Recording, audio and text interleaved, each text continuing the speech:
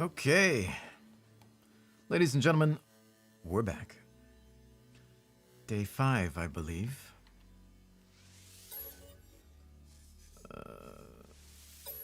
Away we go. Deal Man is in the chat.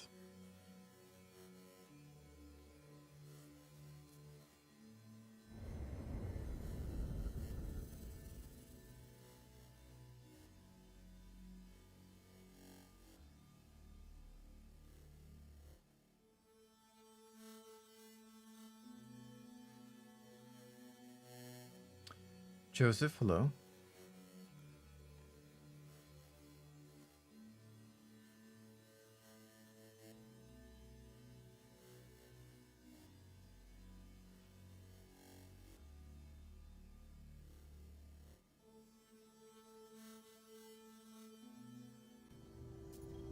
Oh, that's probably why it took so long to load. I'm in here. When did I come here? I don't even remember. Whoa.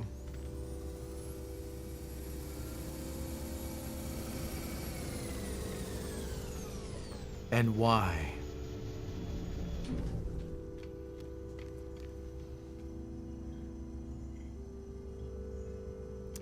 I think that's another one of those exotic ships.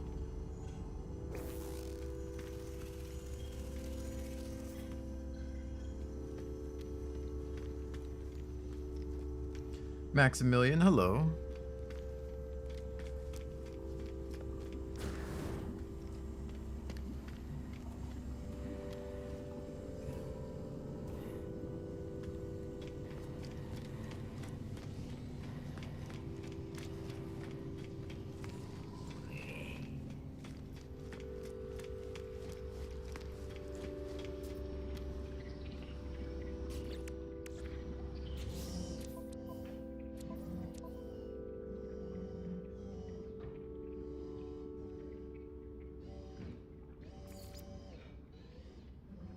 I still have to do this mission to get phosphorus.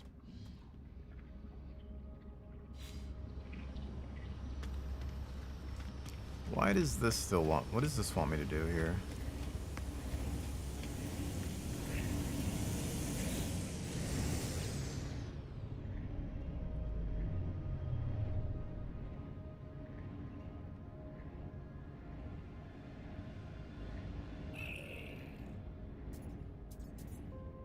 Gathered.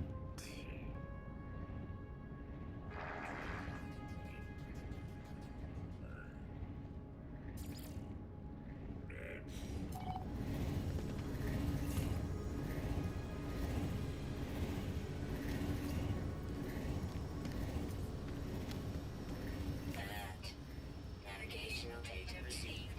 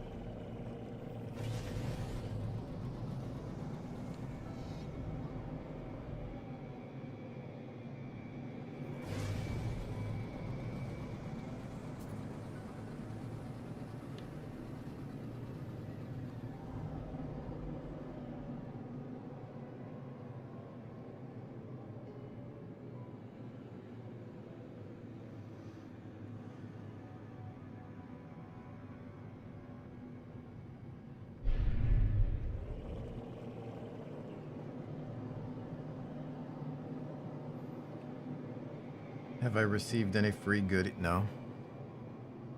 Or nothing that I noticed. Or maybe I did, but...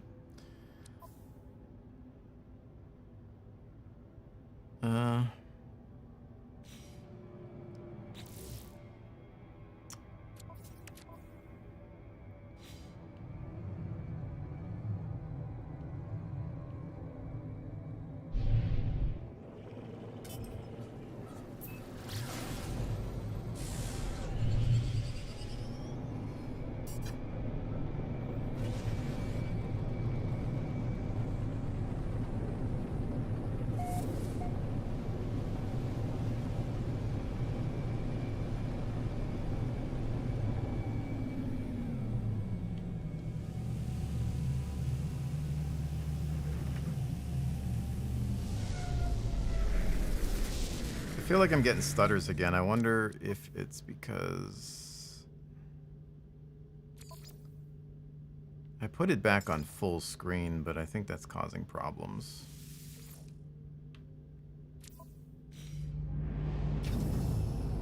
With OBS. So I'll put it back to borderless. Let me just make sure.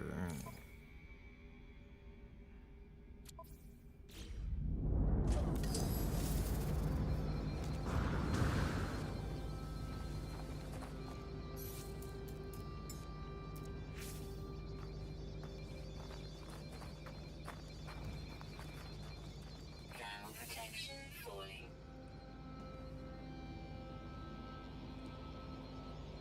Snowman Sky. It's going pretty well. I didn't play much yesterday, so I'm trying to remember what I'm doing. So many things to do. It can be overwhelming.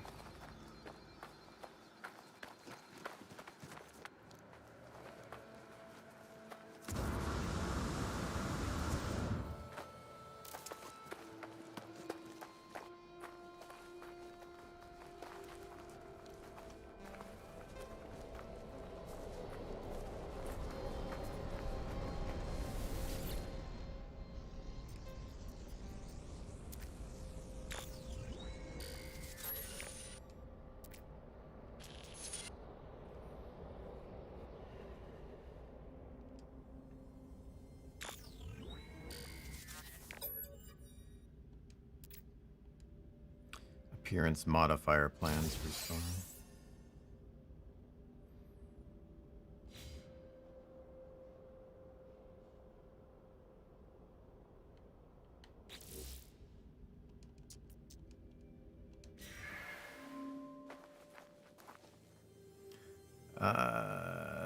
Thing is, I don't want to construct an appearance modifier.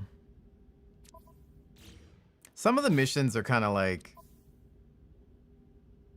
hey, build this thing. Well, I don't want to. I don't want one. But if you don't do it, it won't progress the base building thing.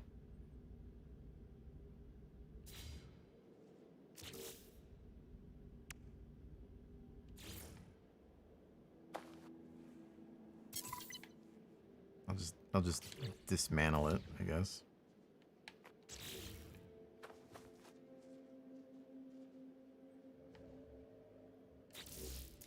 Temperature levels stabilizing. Easy enough.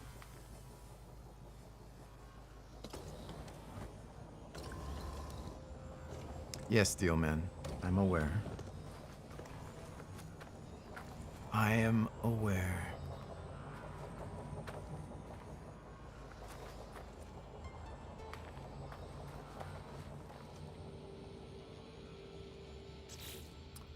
All right, that's doing its thing now.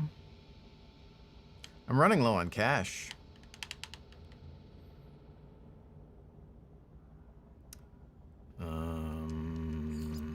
Search an abandoned building for data. Find a terminal within the building. What is that thing over there? Oh, that must be that mission.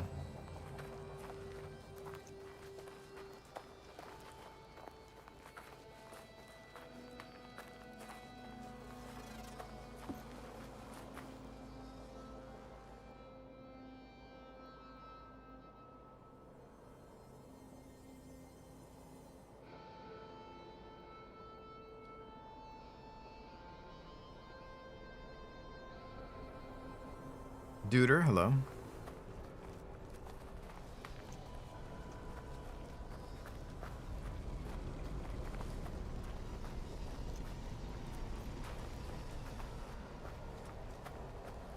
If possible, just ignore the base mission and simply learn everything by buying it, finding it.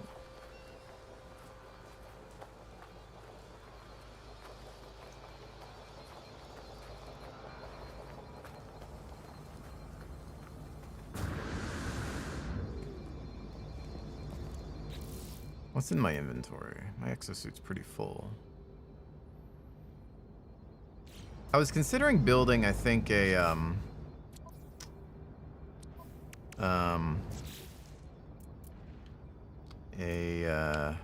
roamer on this planet,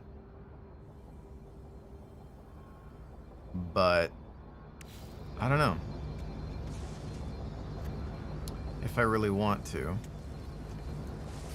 I guess if you build it,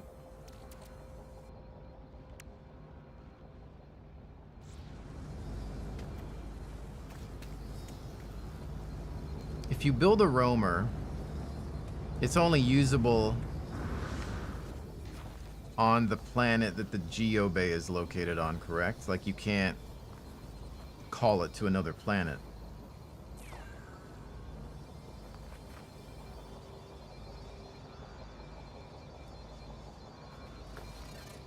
Why is there a Sentinel on my base?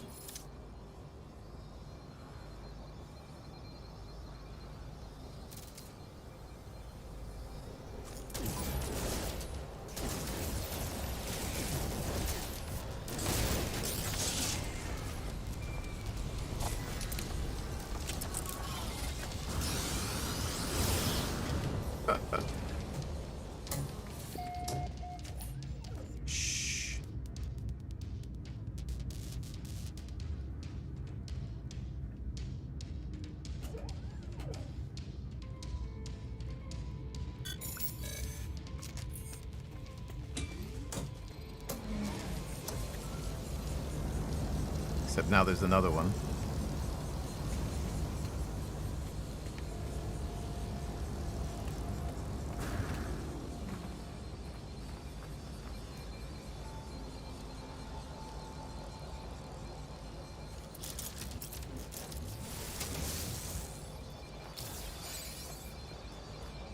Yeah, and only within 759, 750 U.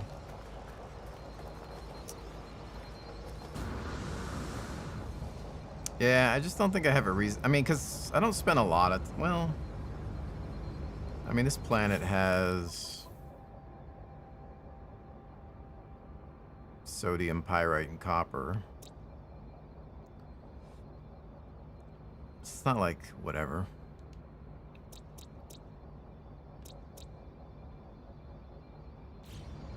It's not a big deal.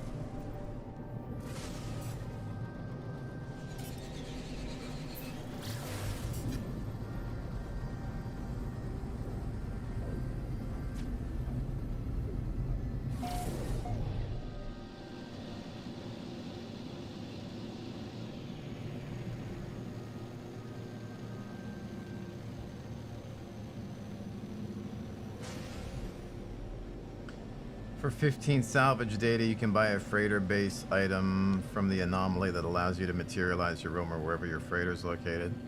That would be cool. I mean, it makes sense too, because the freighter is dropping off your roamer.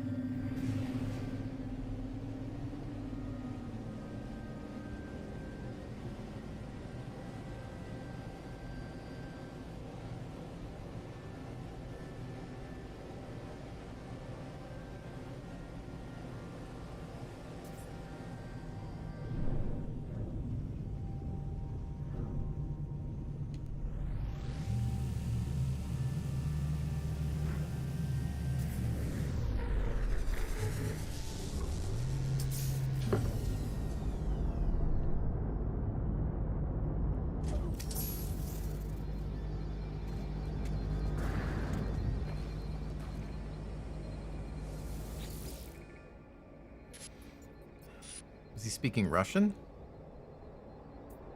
Hello, my friend.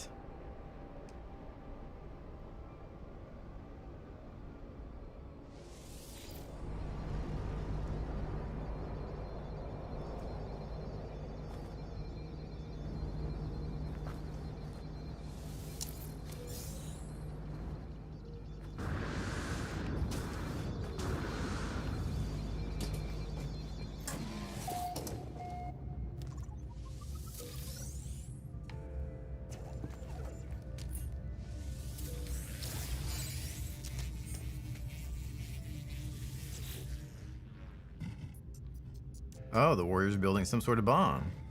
The plans they hold in their hand are unmistakable. A complicated sequence of blueprints and isotopic chemical reactions is waiting for the final addition of an element to be complete. Appears to be asking me for help in completing their weapon. Well, I can't help you there. Sorry, buddy. I don't have any materials, even if I wanted to.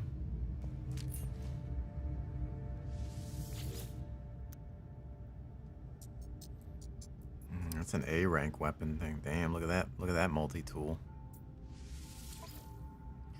Blam! 3.4 million. I can't afford it.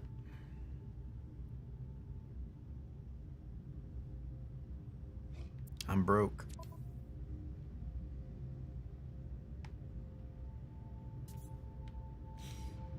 It's too bad.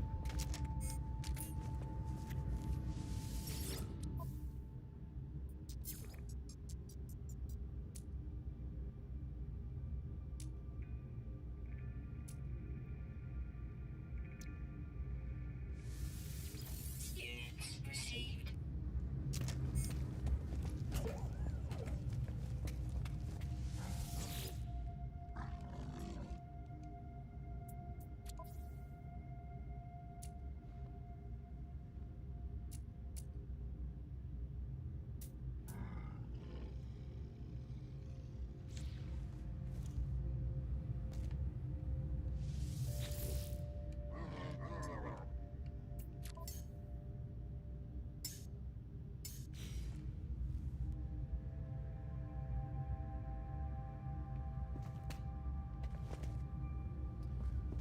Why did I report it?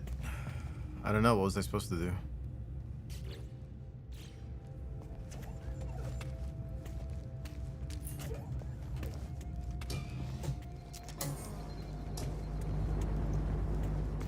I thought I was supposed to.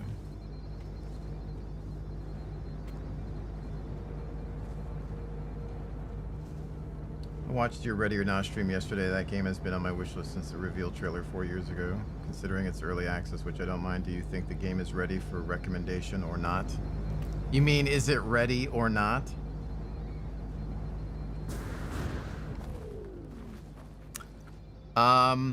It's extremely early access. It's only co-op. The AI needs a lot of... Can I recommend it now? Nah, not really. I mean, it's just, it needs tons of work. The AI needs a crap ton of work. It's gonna get...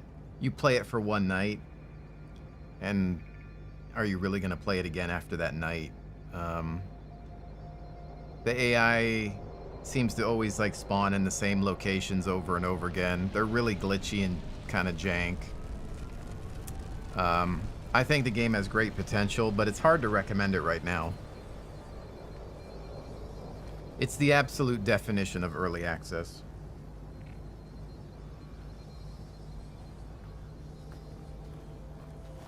It was a... Oh, I don't know. I thought it was a quest thing. I didn't know. I thought it was like a mission thing.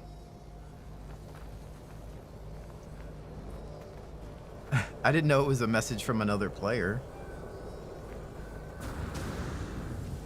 Whoops. Why would they put that like that? I don't know.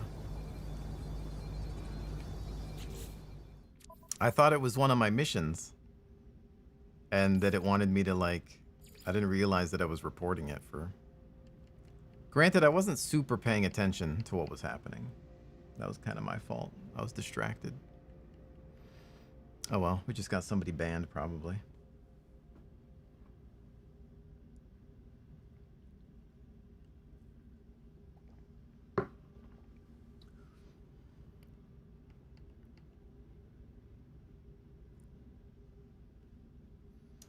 Guess I'll keep it on my radar for now and see if the AI gets improved. I'm mainly interested in single player co-op anyway. It's just not, I think even if you were interested in single player and co-op, it's just, I mean, if you watch the video, you can see that the AI is pretty generic. They stand in a room and don't do much, and they seem to always spawn in the same rooms. And a lot of times they have, like, you know, robot aim. You know, they have pretty much aimbot AI aim, and it has potential. You know, I'm keeping it installed, and I'm going to keep an eye on it for sure, because I think that out of all the tactical shooters that come out, I think that it might eventually be more enjoyable than something like Insurgency or something like that, you know. But it's nowhere near complete. You know, it needs, you know, new voiceover, and some of the sound effects are good, and then some are really rough. It's missing some audio in some places. Performance is pretty good. I wouldn't say it's ready though. I can't put the seal of approval on it as of right now. Anyway, let's see. Wait for additional data to be restored. Search an abandoned building for data. Find a terminal within the building. The overseer will be on. So want me to go back to that. Oh wait, hold on. Is there a thing here?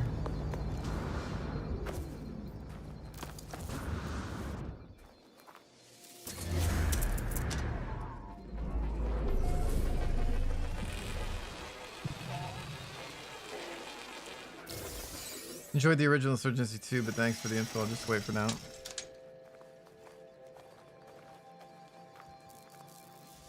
I couldn't get into Insurgency. I don't know. I didn't like the whole insurgents versus contractors thing, and the multiplayer felt kind of skatey, like, because it was like a Steam engine, Source engine game, and for whatever reason, Source engine games always have this like very like ice skatey movement feel, like Counter-Strike, and it just didn't feel good.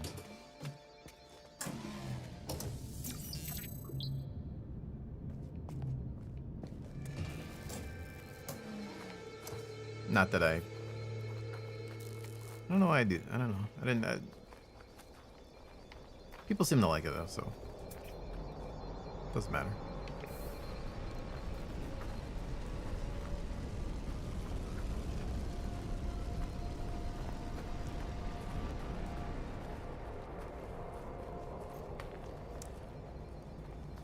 Ready or Not reminds me of the old SWAT games, and I think that's what's nice, is it's a spiritual successor to SWAT. It's just not ready.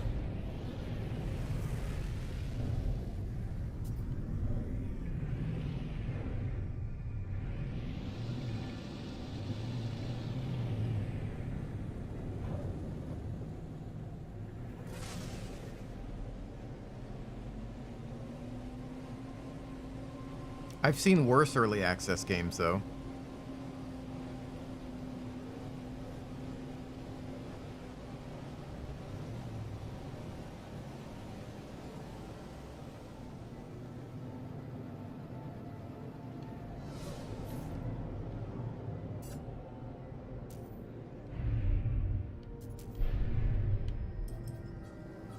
Hostile scan detected.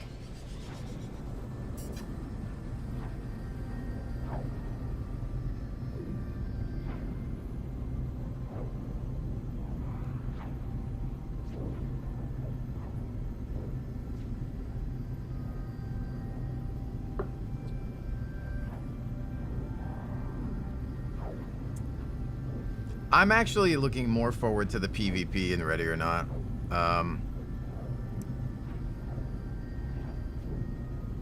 Just because if you're gonna make a single player tactical shooter, The AI has to be awesome, especially a game where you're supposed to be arresting suspects, detaining people, you know, doing stuff like that. The AI has to be absolutely exquisite. And it's just too soon to tell where it's going to go. If they don't nail that, then it's going to be, there's no way it's going to have great single player without great AI, I think. And, you know, more refined arrest mechanics. They'll need planning phases, kind of like Rainbow Six maybe, and all that, and then it could shine.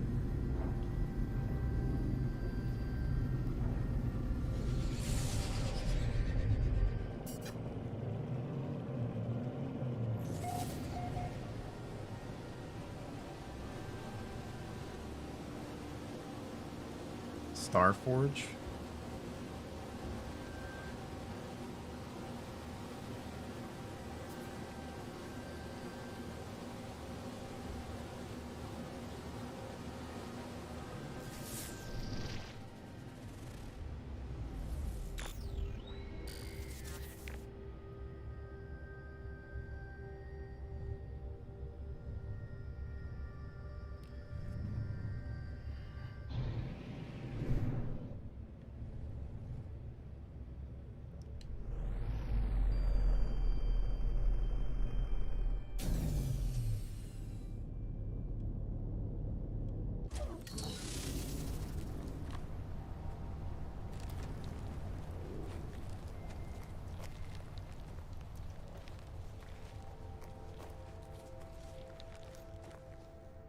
I've only seen a movie with the name Ready or Not, but I guess it's... No.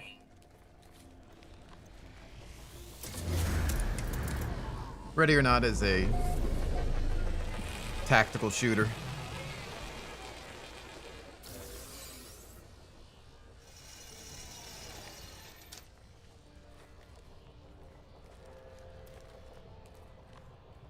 Currently in early access on Steam. Wishlist today.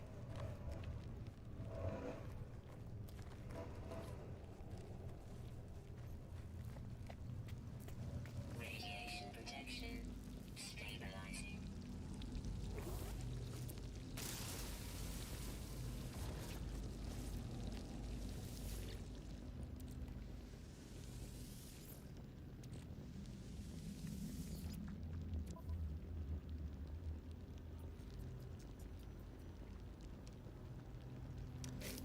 The place the Overseer has led me to has long since fallen into disrepair. Its panels are buried beneath the same oily, pulsating fauna that I have seen before in long abandoned buildings. There's fetid and damp. Power up the terminal with a little hope of success, but to my surprise, both has served me well so far. I shall have to trust that these schematics contain the required data.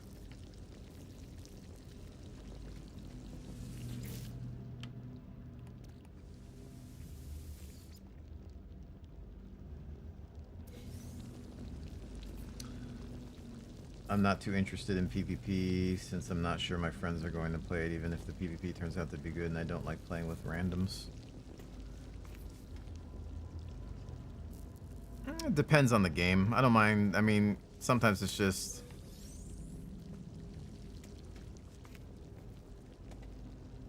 It's not always easy to get 5 friends together to agree on any game. And I like PvP in games.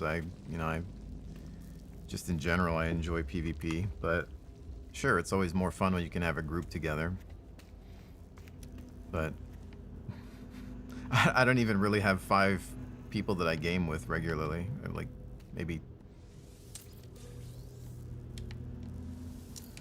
2, 3, 4 sometimes. Different. Well, I would say 4 or 5, but very different time zones.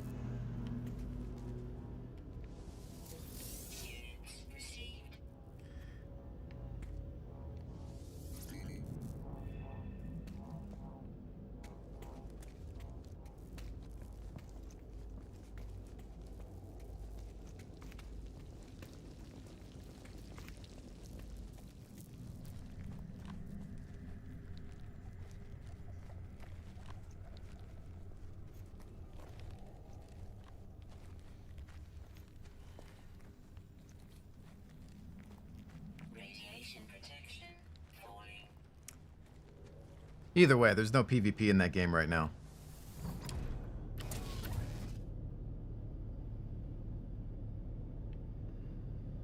So, it's just single player / co-op.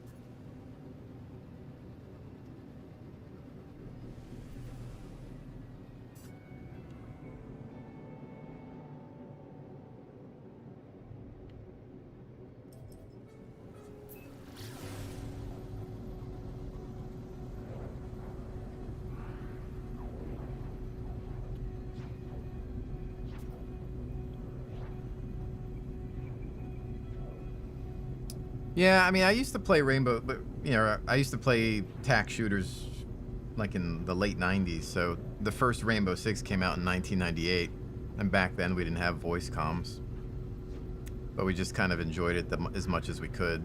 And then eventually we had like Roger Wilco or whatever. It was like the first when Hostile scan detected. higher speed internet started to show up a little bit with like cable internet. Warning.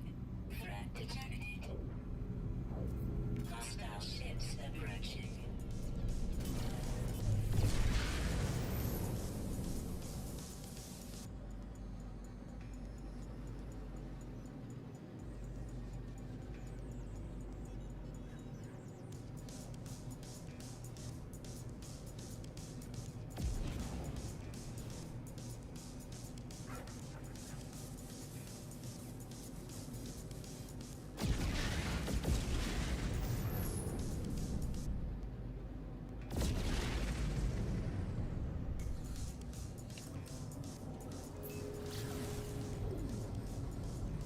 Outrun the pirates.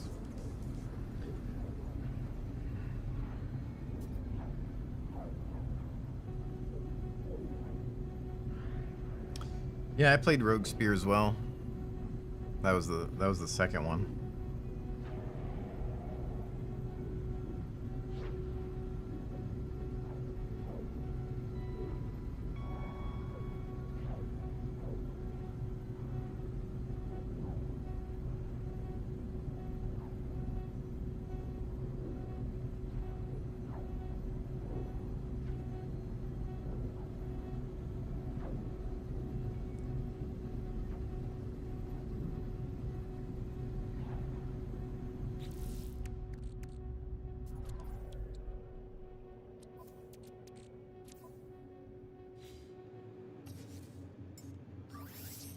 Technology recharge. Technology recharge.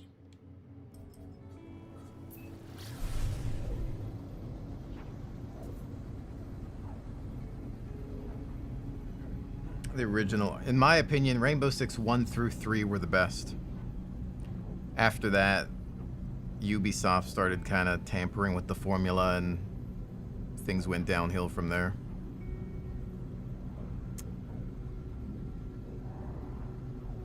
Which is a bummer because it was at that time where, you know, very few people, or not, I would say not enough people remember them to realize how good they were to be able to compare them to games that come out today. So therefore you get a lot of people that don't know that certain things could be even better based on those original formulas.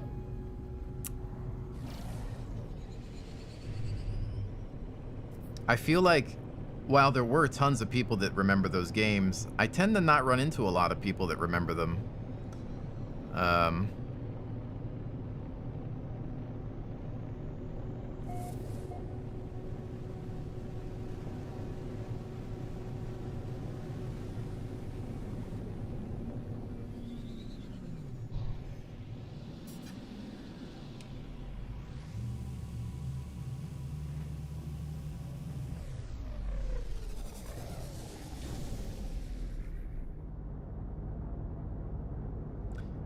Counter-Strike was good when it was a mod.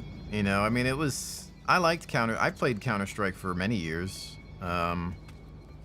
As a mod, before it was ever like a standalone product that Valve acquired.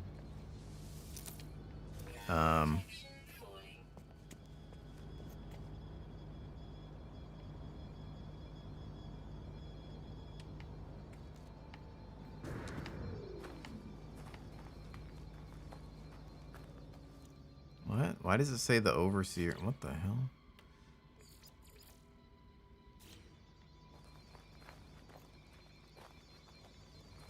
I think it's glitched. Because the Overseer is at my base, isn't he?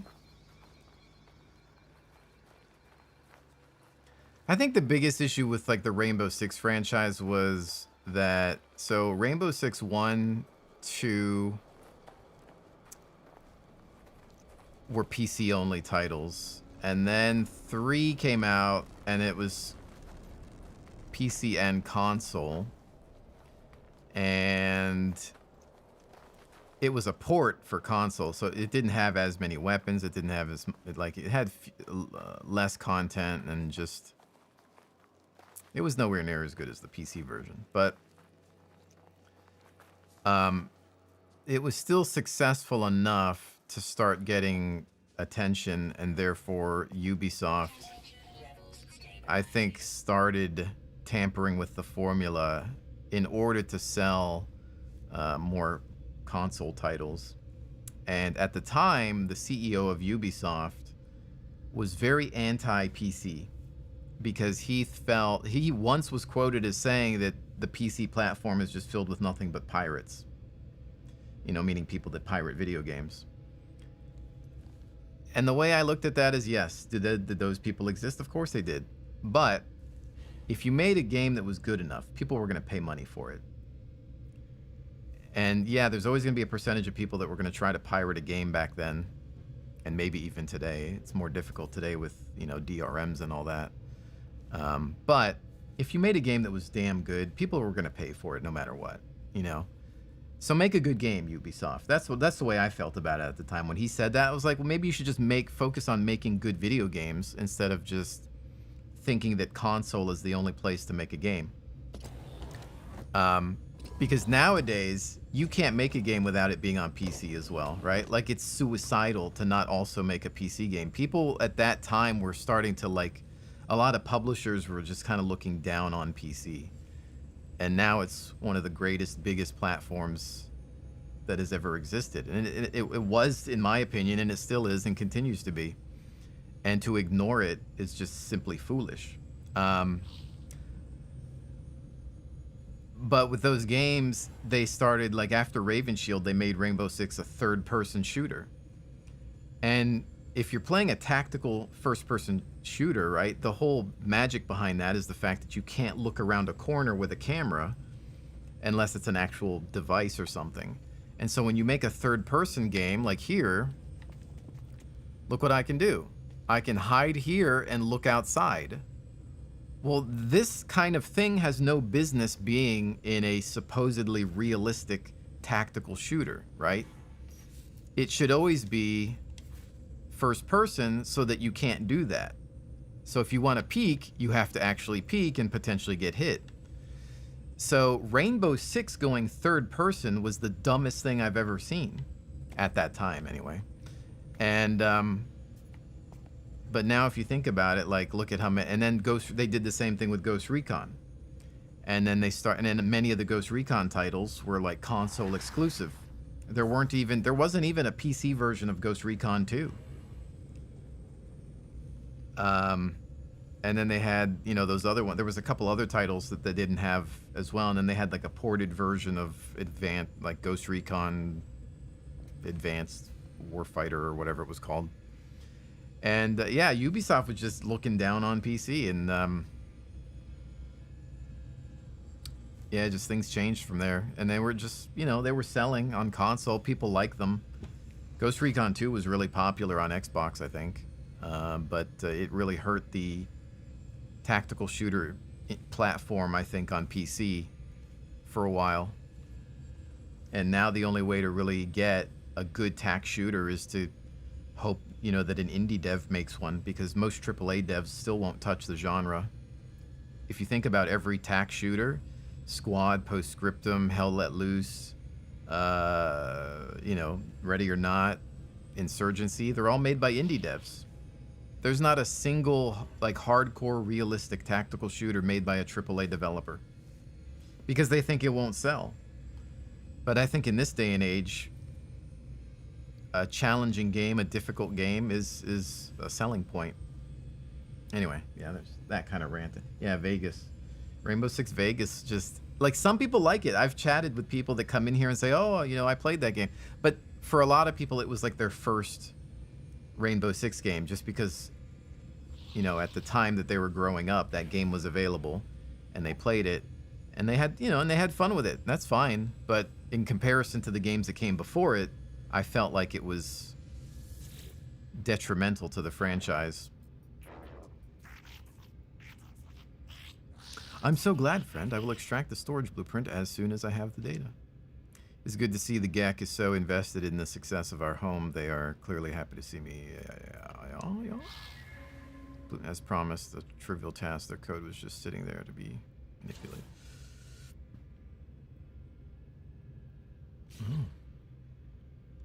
Let the GEC get on with their business.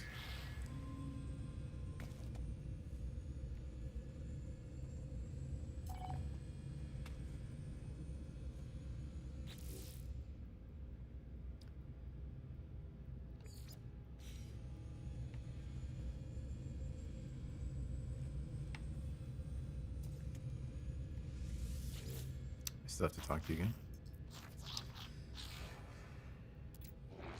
If I had some microprocessors, I could steal a March of Fate. Yes, I would design a weapons terminal suitable for the Viking armor. Overseer asked me for microprocessor armor design a weapons terminal.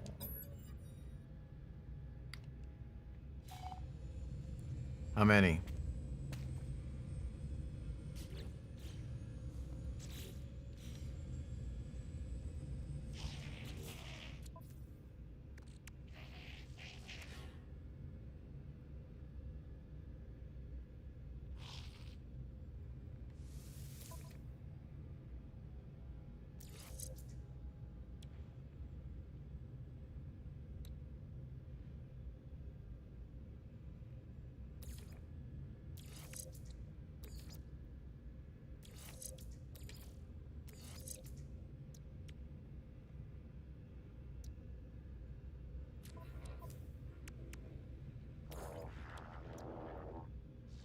Can I just buy them instead?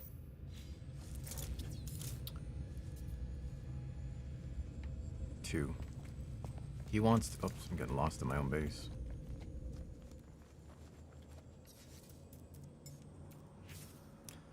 But,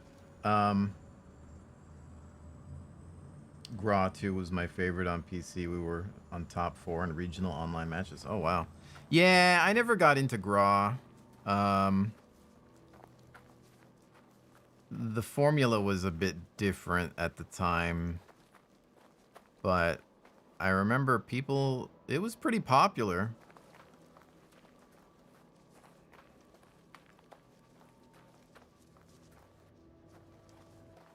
Because I felt like Gra was a bit of a weird port on PC. Like, it felt like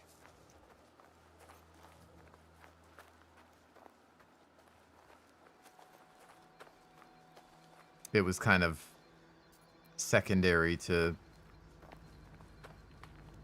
everything else they were developing at the time.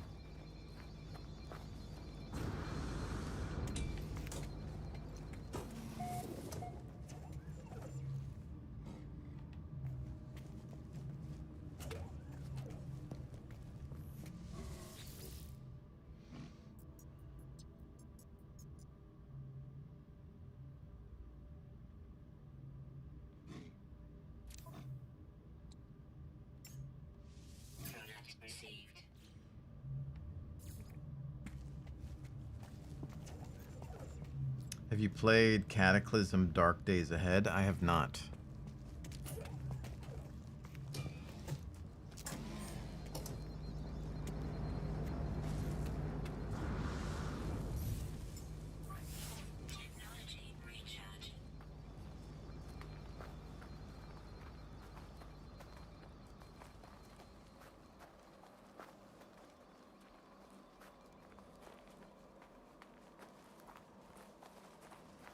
Also, the fear of controversy, of afraid to scare off people. ROR wants like SWAT to have a school level or a nightclub because it fits the setting. No way AAA publishers are going to touch that subject. Oh, yeah. I mean, no. Well, you can make a tactical shooter without it involving like law enforcement situations. You know, I mean, Ready or Not clearly wants to make a spiritual successor to SWAT, and being obviously at least in terms of the United States, there's a lot of controversial topics related to police and whatnot, that I won't go into. That's not for me to debate or whatever. I try not to pay too much attention to that stuff, but as far as video games are concerned, it's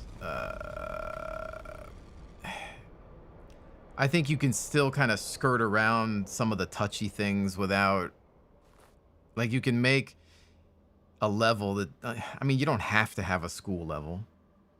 Like, it's not going to be a bad game if you don't do that. I think it's, if you just kind of try to deal with, I don't know, I mean, there were some weird things in that game I did notice. You can tell the devs have certain ideas in their head about various subjects that I think some people might find questionable, but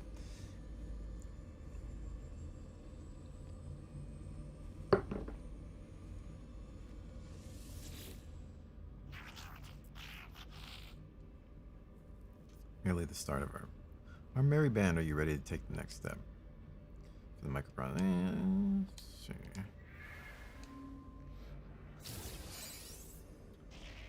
Weapons terminal.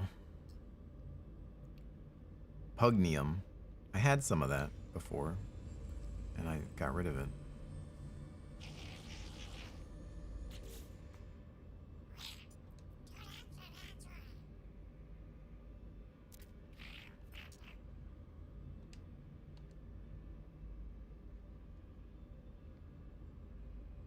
Kill Sentinels and bring back their Pugnium. Oh, that's why I had it. Sentinels have harried me.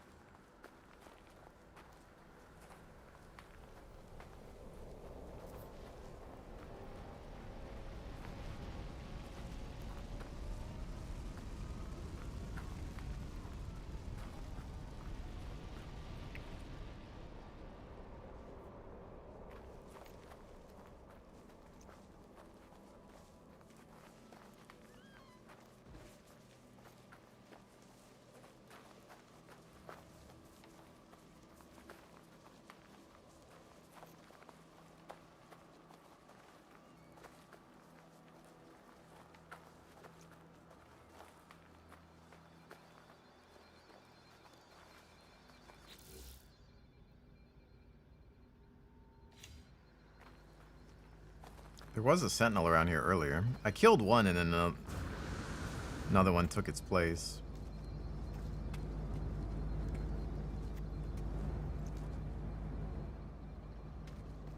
I could just go to a planet that has more of them as well, I suppose.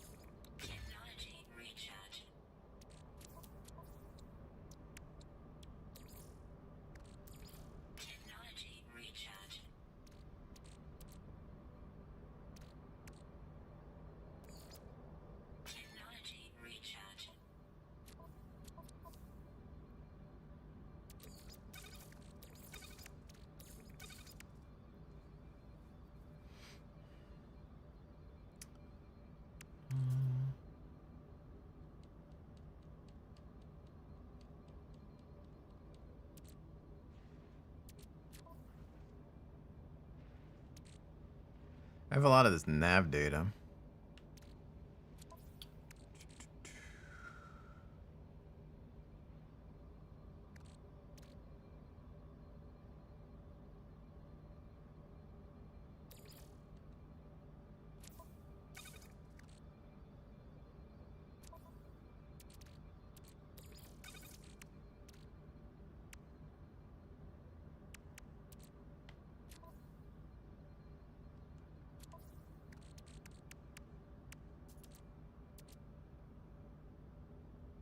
I was building stuff earlier, I think, and that's why I have all this crap in my inventory.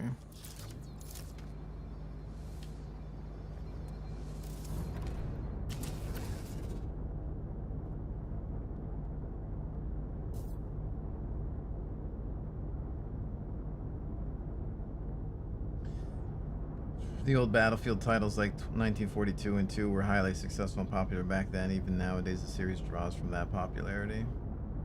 Yeah. Battlefield ain't what it used to be, that's for sure.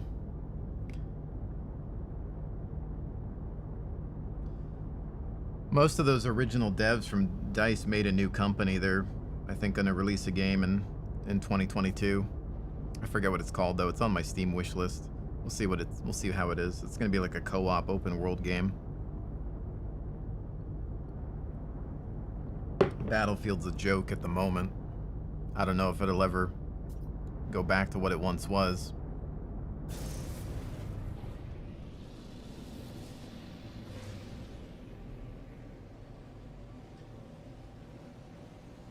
Bad Company 2. It was good, but True Battlefield, I disagree. True Battlefield, to me, the best Battlefields, 1942's classic, but I think the strongest Battlefield title was Battlefield 2 and 2142. But that's just my opinion. Bad Company 2, the problem with BC2 was that it was a console port. And Battlefield on console, the issues it had was the maps had to be smaller and the objectives were pushed closer together. So you would have like an objective that's right across the street from the other. The magic of Battlefield was the fact that the objectives were so far away from each other that it made each point feel like its own map. And it actually helped balance the tanks and the vehicles because it would take longer for the vehicles to get to a destination, thereby balancing the amount of tanks on the map. Leave me alone. I'm talking. BC2 was good. It was good. I really liked that game. I spent a lot of time playing it. It's just I don't think it was the best Battlefield ever. It had a good single-player campaign, a really good. It was the only Battlefield game, in my opinion, that actually had a good single-player campaign. All the other ones were terrible. Best Battlefield, though, many will say that. But I wouldn't. It's not. I think the strongest in terms of multiplayer definitely come from the maps that we had in 1942 to 2142 and just a lot of the gameplay that went with it. The classes were more balanced. Even there was more classes, but they were balanced better. The vehicles were more balanced and not overpowered.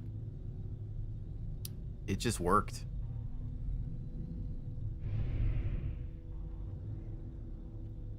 I was gonna go, hold on, I was gonna do gather data from the, collect data from the terminal inside the building.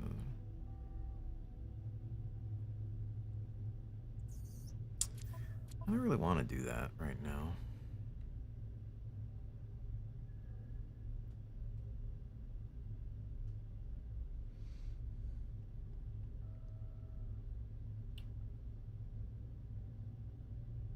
Battlefield Heroes, I remember playing that.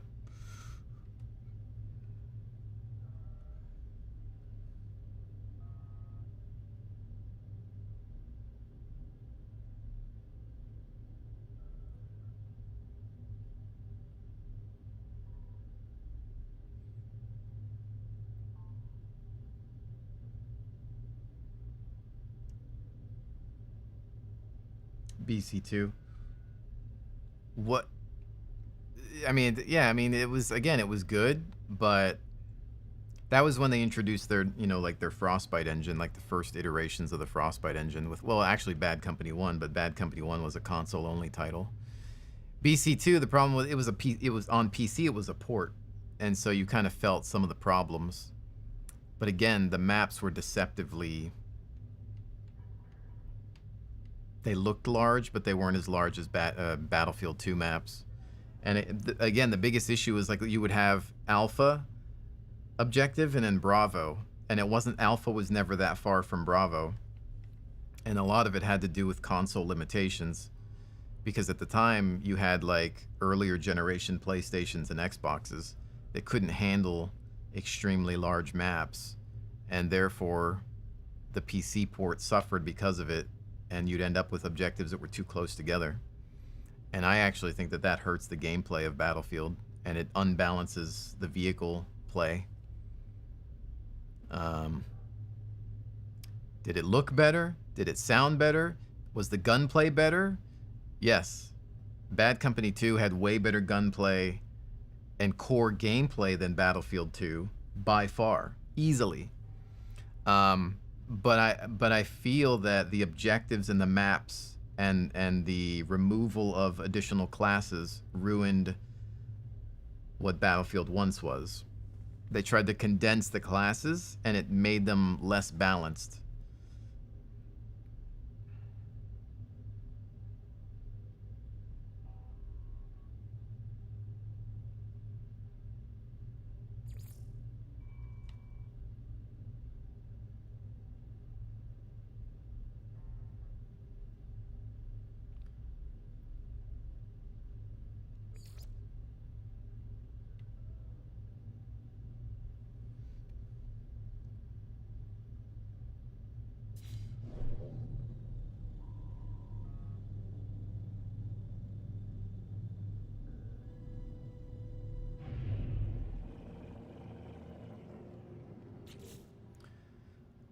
I'm just trying to think of which of these.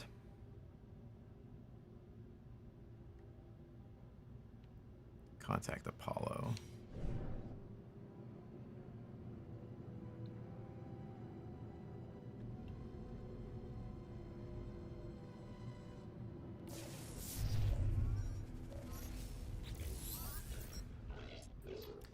Make sure you are. This job isn't going to be a small one. You might not be heading back to the base of yours for a while. Sure, why not? Let the hunt begin. Detected a Corvax installation on that world of yours. The interference in your transmissions as a giveaway might be disguised in the style of another species, but don't be fooled. This synthetics delight in espionage.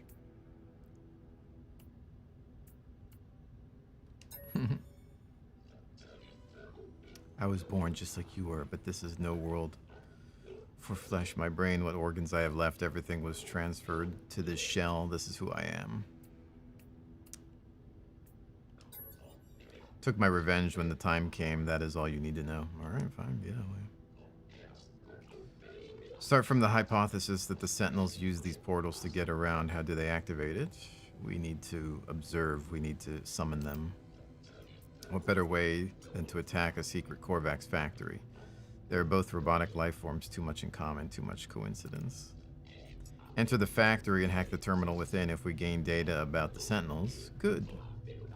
If not, we'll have summoned enough of them to trace any energy spikes on that world of yours. The portals will be ours in no time. I sense respect in their gesture. The approximate coordinates for the hidden facility are logged in my starship's navigation computer.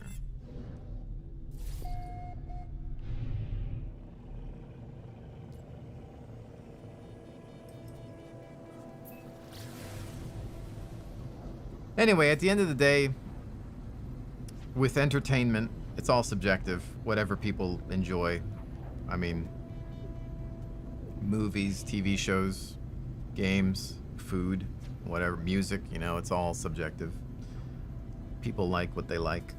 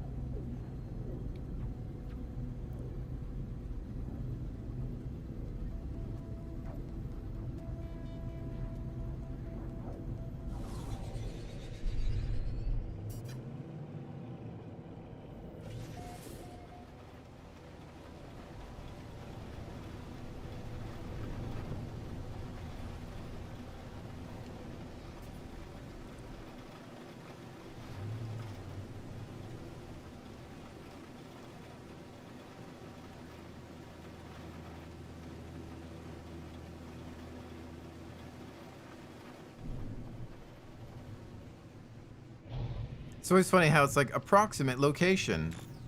Actually, it's right there.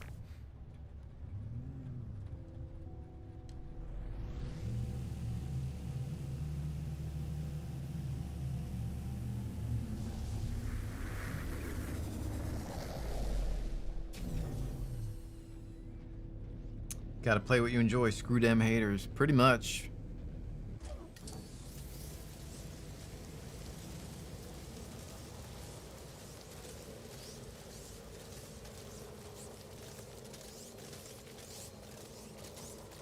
Some Sentinel dogs.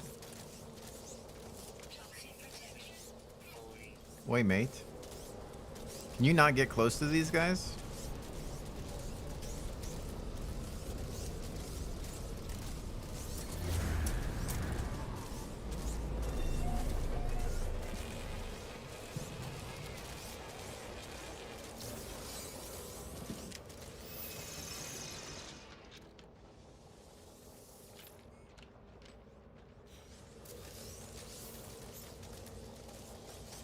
Duder, peace out. Thanks for joining us. Have a good one. People seem to be able to disagree on something and still get along. I think overall that online communities regulated themselves better back then. I think it depends on the foundation of the community. Like, we could say that this is a community. And I think we all... You wouldn't be here if we all didn't have, like, similar interests in certain things or games and similar opinions. But, like, even today, we've discussed a variety of games, and we don't all agree, but we can talk about, you know, these things without getting angry or, you know, like, we can share our different opinions, and you can tell me why something is good or bad, and then I can... you know, give my side of it, and we can say, okay, yeah, you know, we can have different opinions and still get along. And so I think these guys are gonna freak out. I wonder if, Toxic protection falling. yeah, the Sentinels are gonna get a little pissy if I do this. I might have to shoot it from space. It wasn't me. You didn't see anything. I didn't do it. Uh-oh.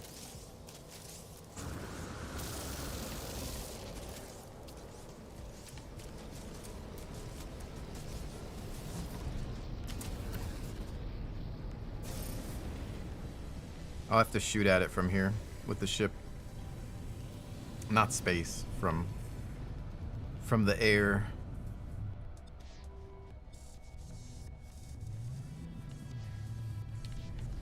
No, no, no, no, no, don't land. Stop the landing. Don't land. Why would you land? No. Why can't you cancel a landing?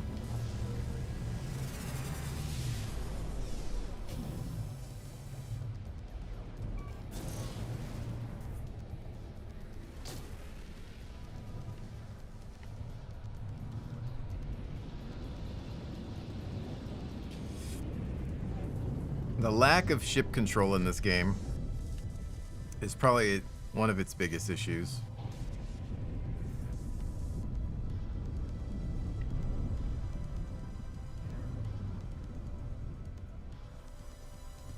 And if there's... It's probably one of my chief complaints, right? Like in a game like Star Citizen or Elite Dangerous, you have 100% full control of your ship. You can hover, you can, you know, do whatever. You can manually land.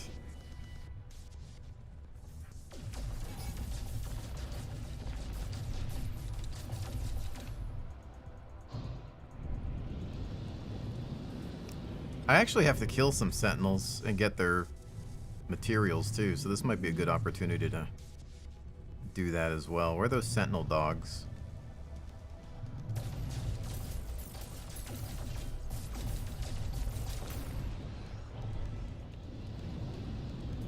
Kind of wish I had my other ship for this, though.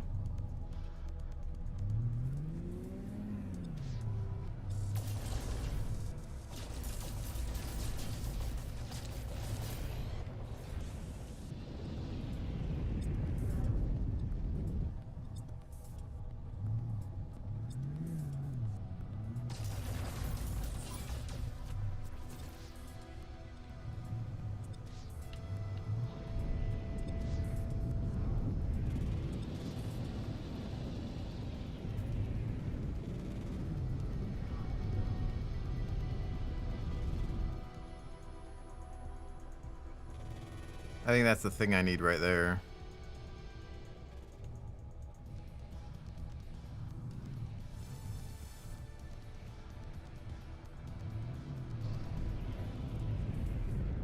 Hopefully it doesn't disappear.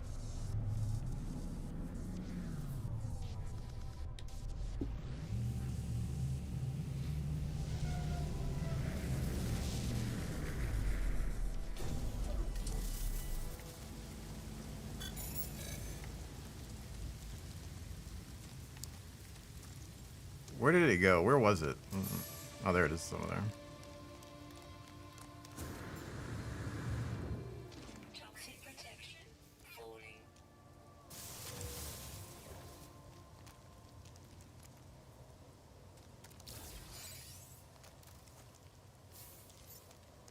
I don't think I got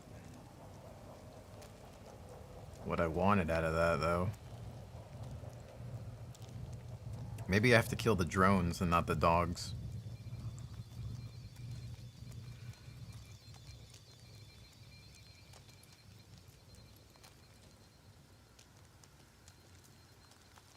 Also, one of the major criticisms of No Man's Sky back then, you can't crash your ship. Yeah, I mean, it's, again, it's super, super, super casual, but being a more casual game, I would say there's no reason that you can't have a bit more manual control over your ship. It could still be casual and not, and have more ship control, I think. Stabilizing. Output screen. Technology prepared. Technology prepared. I just happen to have all these things on me. Technology prepared. Sometimes it's good not to have an empty inventory. The terminal houses an upgrade module for my exosuit. However, I find few clues for Apollo. Seems the Korvax within left this world many days ago, apparently recalled on a priority transmission to their species flotilla. Something has them worried. This place seems to have been more than just a factory. It was a home to the Korvax who lived within its walls. It appears that they were experimenting with autonomy from their collective. One of the internal sensors has recorded movement within the facility. It shows me footage of the vents at my feet. There is something in here with me. I shine a light upon it. It is a small, hairy creature, shaking and afraid. It cries out, "Kill it. Don't trust it. Kill it." The enemy appears to have lived here for quite some time. The animal. Did I say enemy? There is a nest in the corner. Vestiges of food upon a small dish. Even a few clumsy toys and trinkets. The animal seems to have been a companion to the Korvax. My scanner tells me that the creature is gravely ill. It will die no matter what intervention occurs. Good. Euthanize the animal. Actually, I'm sort of kidding. I don't know what to do. Feed the animal 15 carbon or do nothing. It's probably like a pet or something, maybe. Do you get pets in this game? Are there pets?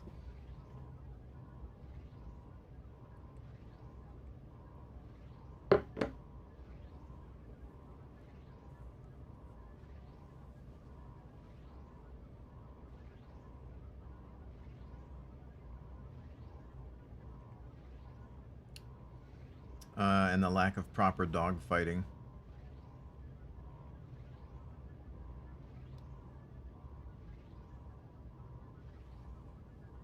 Gravely ill. It will die no matter what intervention occurs. So we put it out of its misery. Right? That seems like the best course of action.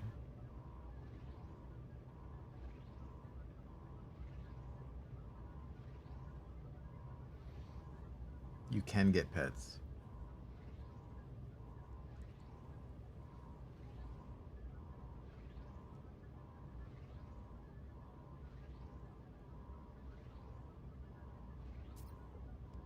I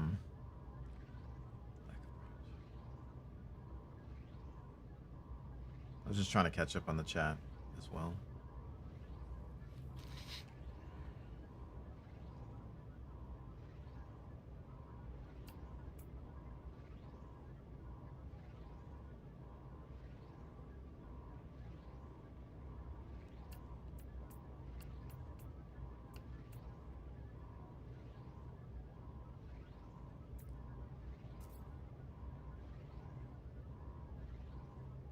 I just wonder if this is like one of those things where it's like, well, my scanner tells me that the creature is grave, it will die no matter what intervention occurs, but then why does it still give you these options?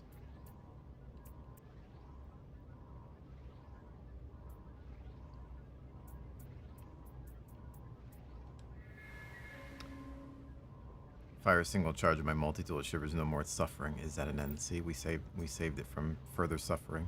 I move on from the factory complex. How could you? It had to be done. Sentinels are coming.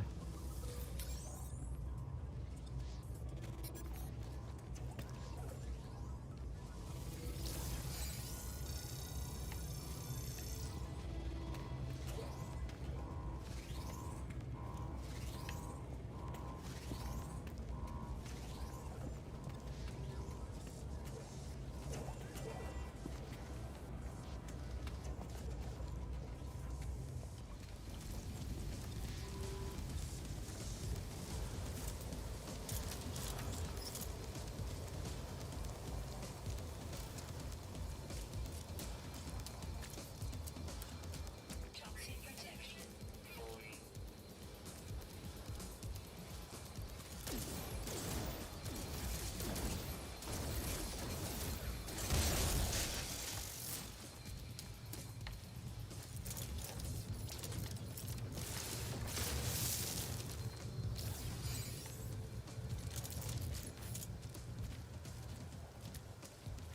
I need a material from...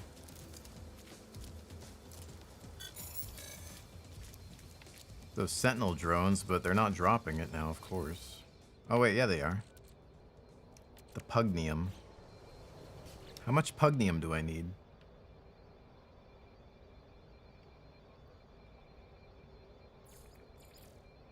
Acquire Pugnium. I don't know if I need more than that.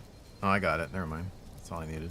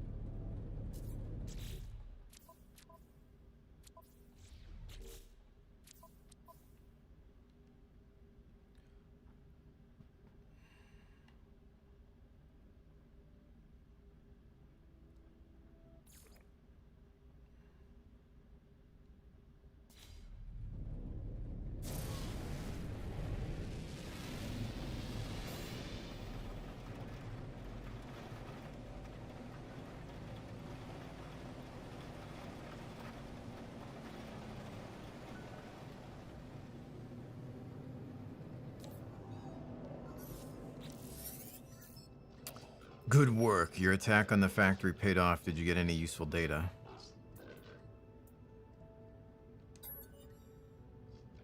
Recorded countless signal flares when the Sentinels started to appear. Energy stream. I guess I should have said that. Energy stream sparkled beneath the planet's surface, moving from monolith to monolith. Must be on the right track. Examine these structures. They're all linked. I know it. I'll attune your scanner to the Sentinel energy signals. We shall soon have our prey. Good luck. I'll speak to you on the other side. Walk on through to the other side.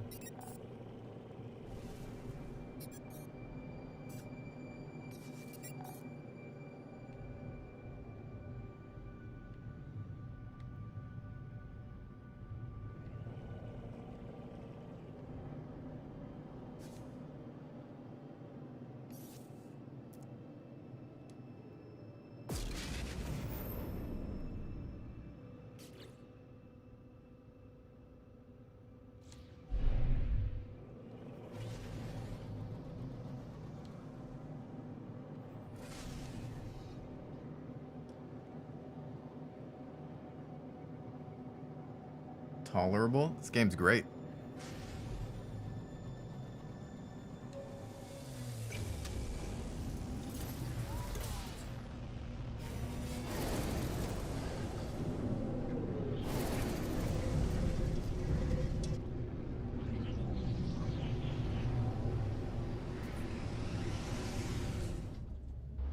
Yeah, it was terrible at release. It is not anymore. It's got tons of new content, performance,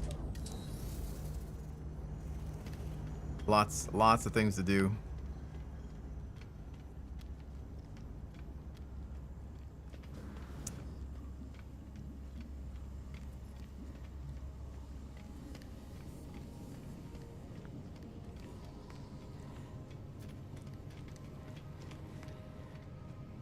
It's got multiplayer.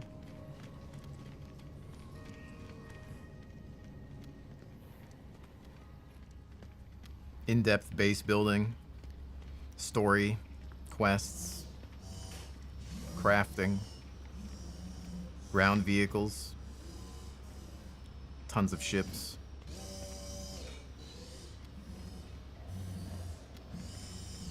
The planets look way better than at launch. The procedural generation of the planets and the aliens.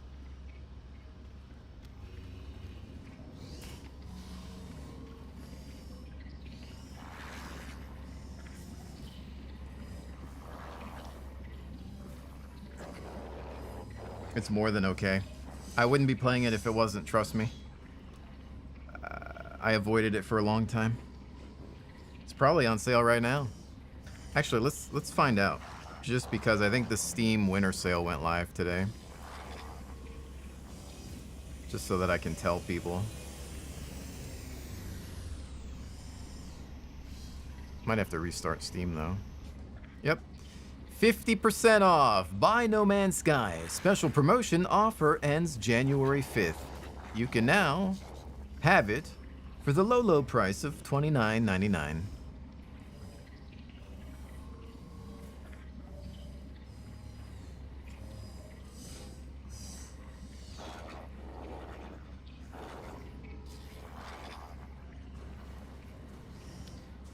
Had multiplayer when it came out. Well, yeah, they were vague and about it, but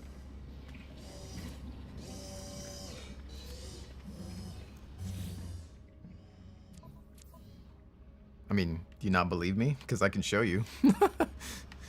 First of all, we're on the Nexus. That's a real player. And so is that.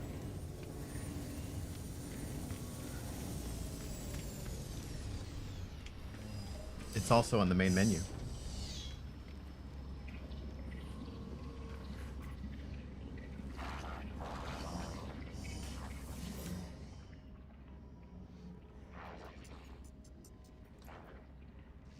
Brother Kalen, don't tell me what to do. No, I'm just kidding. I need multiple different screenshots. I don't know. Or I had to make that one. I have to make more.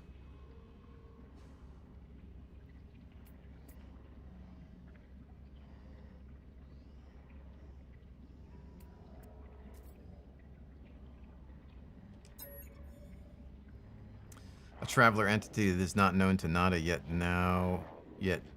they know Artemis entity, who themselves no longer recalls Nada. You bring news that alarms Nada. What else does our home fail to see? Nada looks troubled. They retreat into themselves. Polo friend has kept us safe. Nada's carapace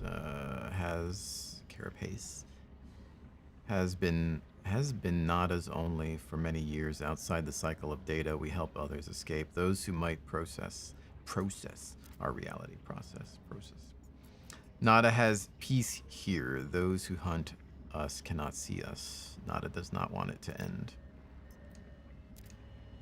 But better to understand, to know what comes for us. Do not stop on our account.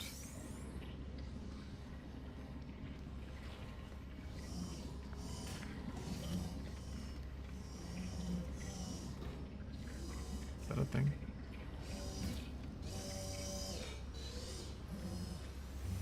Speak with Polo, another life form. Polo holds coordinates for the black holes and Atlas stations. Isn't this Polo? Marco. Polo. Nada is alarmed by Apollo, friend. I am not. It is exciting to see where our model fails. If we are wrong, then there are more friends than we realize. More friends than and more stars. Sends the location of a black hole to my starship's nav computer.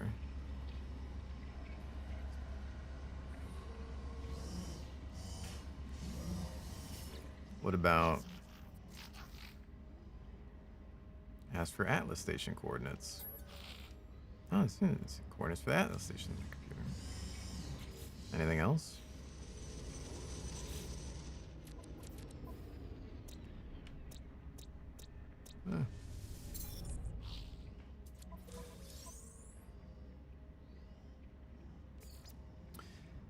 Follow the Sentinel energy trace. Apollo, recover the Atlas seeds. Bring word of Apollo's plan to Nada. I already did. To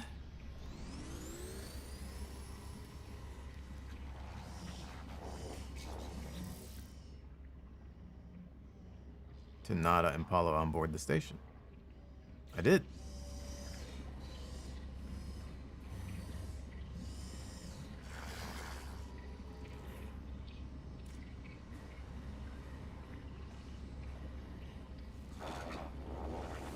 See if I can.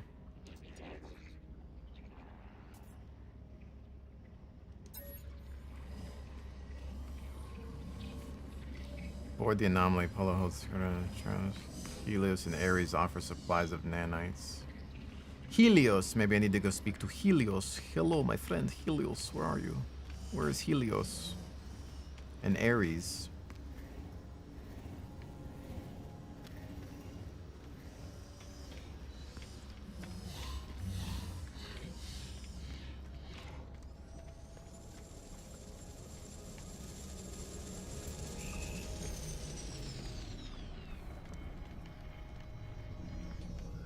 There's Ares.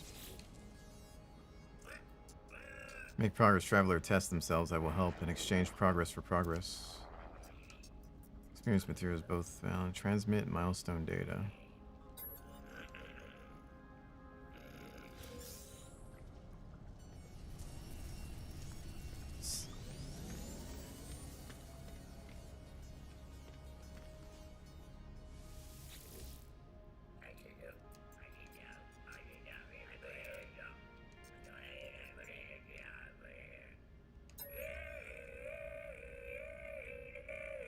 Seems happy.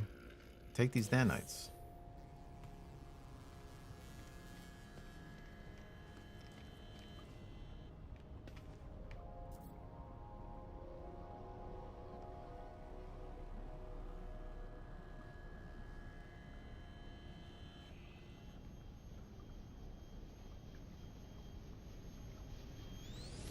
Oh, I have to ask him about the Sentinels too.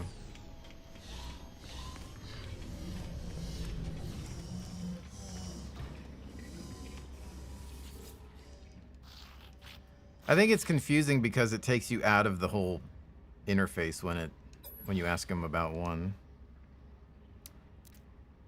He'll always come. It's beyond us to change everywhere our home as being the hunters will follow. Continue with Apollo's plan. Search for the source of the Sentinel's energy trace. Return to space to begin the search. In space.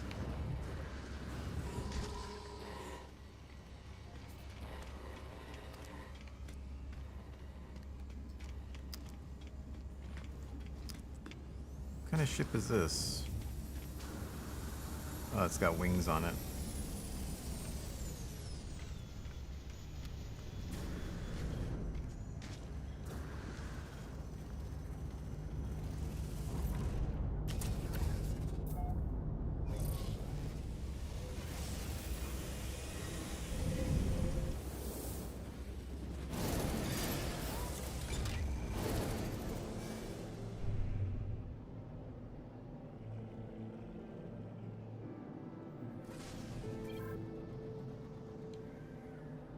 Perform a scan to uncover portal ley lines.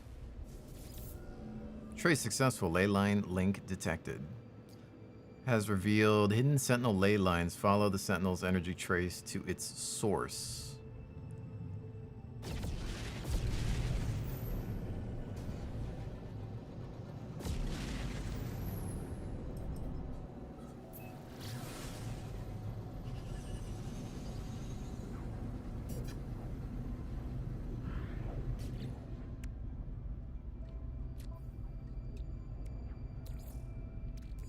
Technology recharge.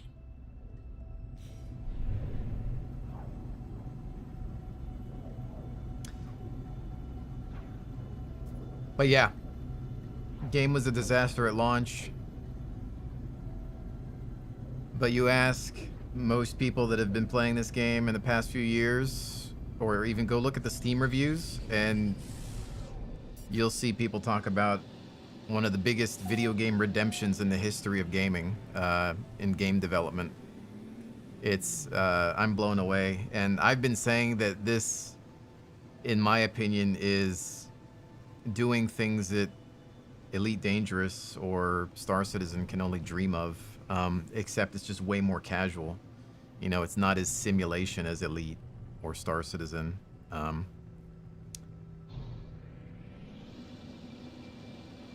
Not a bad thing, again, I keep saying it, but, you know, if you want a sim where you can break out your HOTAS and track IR or whatever, it has VR support if you got a VR headset. Dude, if I had a VR headset, I'd be...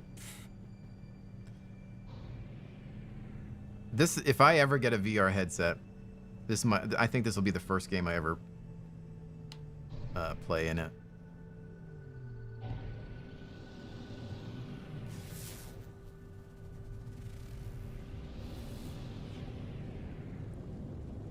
What building is this over here?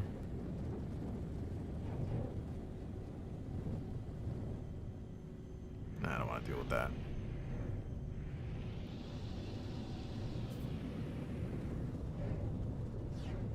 Rather spend the money on another pilot's license.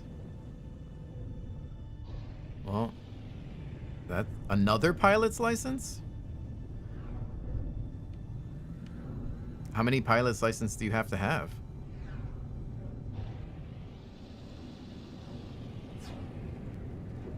Like for different aircraft or something? Where's the... Oh, we got to do like a search.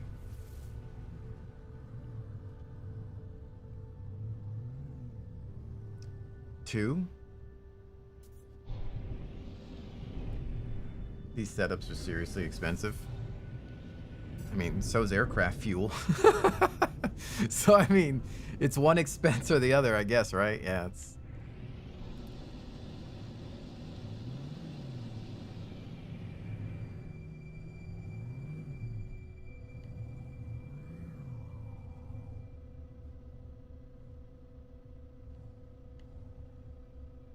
Guess we're gonna land here and, if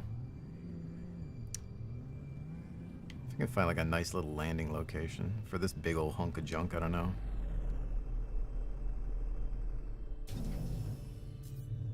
Private SCP. What's SCP mean?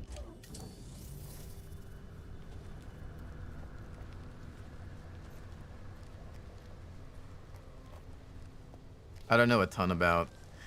The only flying I've ever done is just in, you know, DCS. I don't really know much about, well, in Microsoft Flight Simulator. I don't really know about the real planes as much.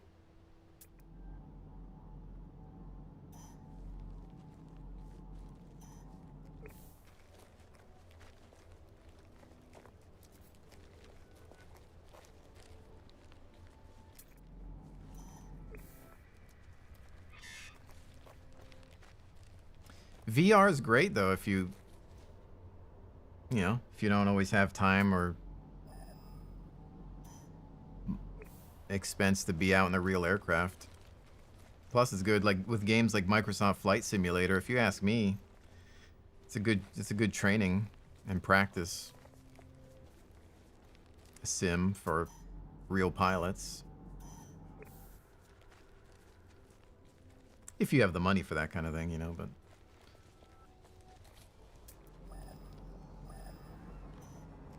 Flying in real life isn't cheap. The cost of fuel alone. I mean, you know, do you even buy a plane, or do you know, do one of those like club rental things where a bunch of people pay for it, or like a single aircraft together?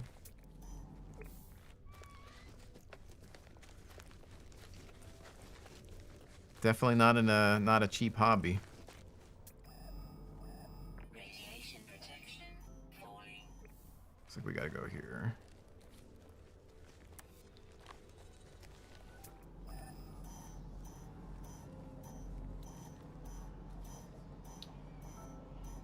Thinking about buying a HOTAS as well for DCS and Flight Sim, but instead I should really amass more hours. Technology recharge. In the US, it's relatively bearable cost-wise compared to Europe or maybe the entire rest of the world. Yeah, I have a friend who used to fly. He would talk about that stuff, but I wonder if that's what I'm looking for.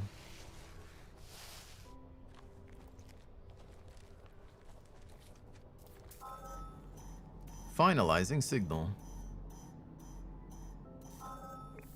Yep.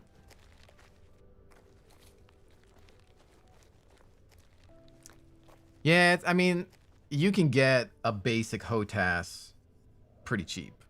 You know, you can. I have like the Thrustmaster Warthog HOTAS, which is the one that's modeled after the A10.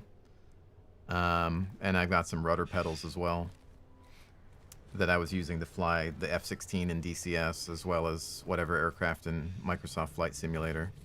And I talk to a lot of people that they're real pilots and they love, you know, Microsoft Flight Sim and DCS. Just that they, you know, feel it keeps them sharp, you know, when they're not in the real aircraft, just to kind of practice. And with Microsoft Flight Simulator, they have real world locations. So if you're like, oh, I want to familiarize myself with my local airport or whatever, or airfield, you can find the real location and play with where you live. Like, oh, you live wherever, you know, Florida, Washington, whatever.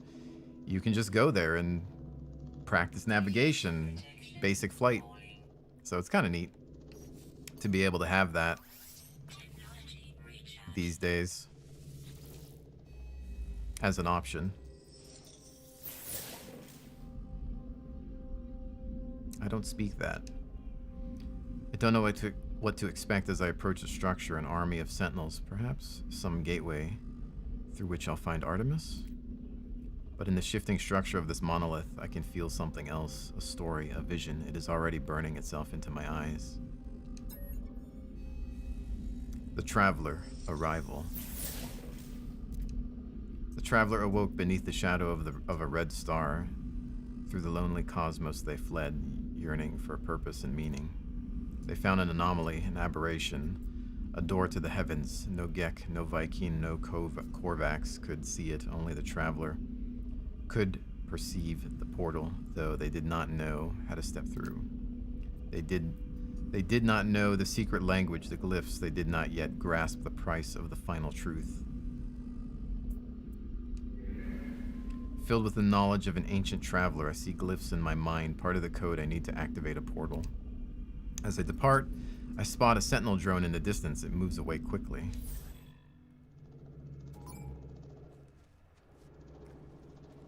Escape or destroy the sentinels. That's a lot of sentinels, though. Well, it's 2. Whoops.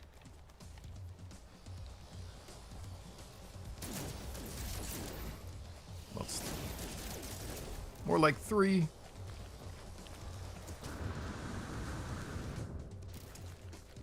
They're pretty easy to get away from, though.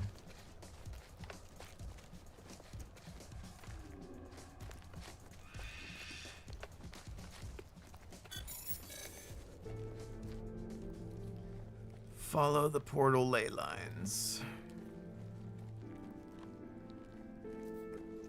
How much did I get the pedals for? The pedals at the time I got from when I was streaming on Twitch DCS. I had gotten them for a review from Thrustmaster, so the pedals were free, but they were like a demo unit. They're the Thrustmaster.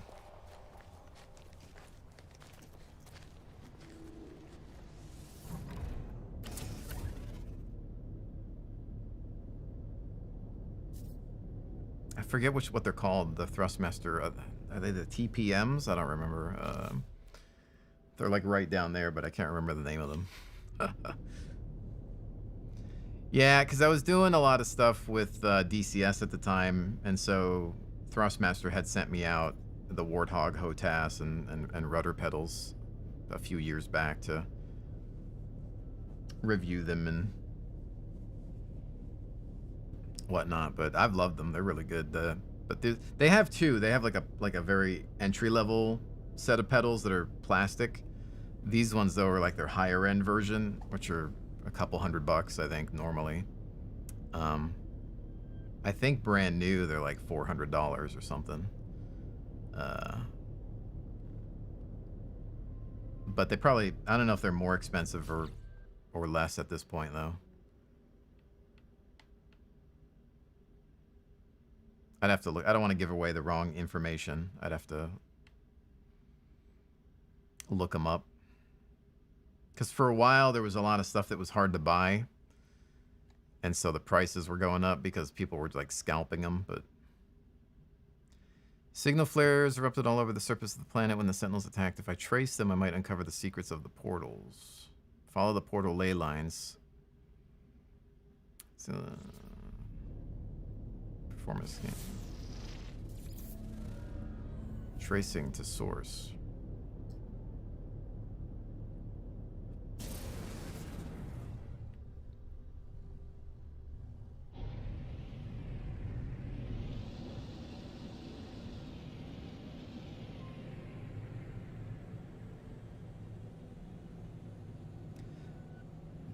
But it depends. I mean, you can get into flight simming without going the expensive route. Each manufacturer has, you know, lower cost.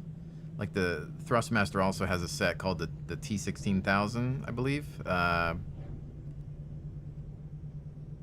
HOTAS with, you know, flight stick, throttle. T16000M flight stick is pretty good. It's like a $30 flight stick, and it's enough to get you flying. Limited on buttons if you're doing military flight simulation. I would say it's doable, but I like having more buttons for certain jets and stuff. Weapon systems and all that. But if you're doing civilian aircraft, it's more than enough.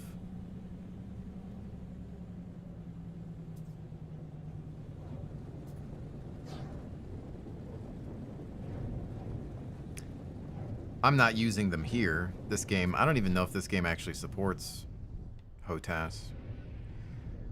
This game's a bit more casual in flying. It's not very sim at all. It's compared to like Elite Dangerous or something.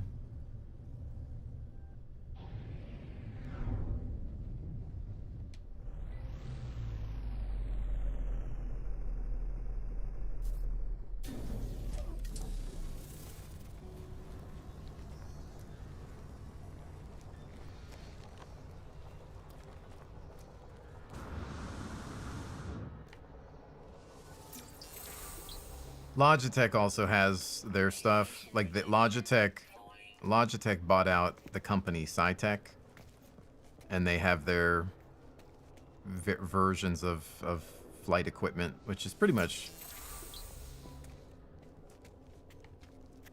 the same as the old SideStrafe stuff, just under a new branding.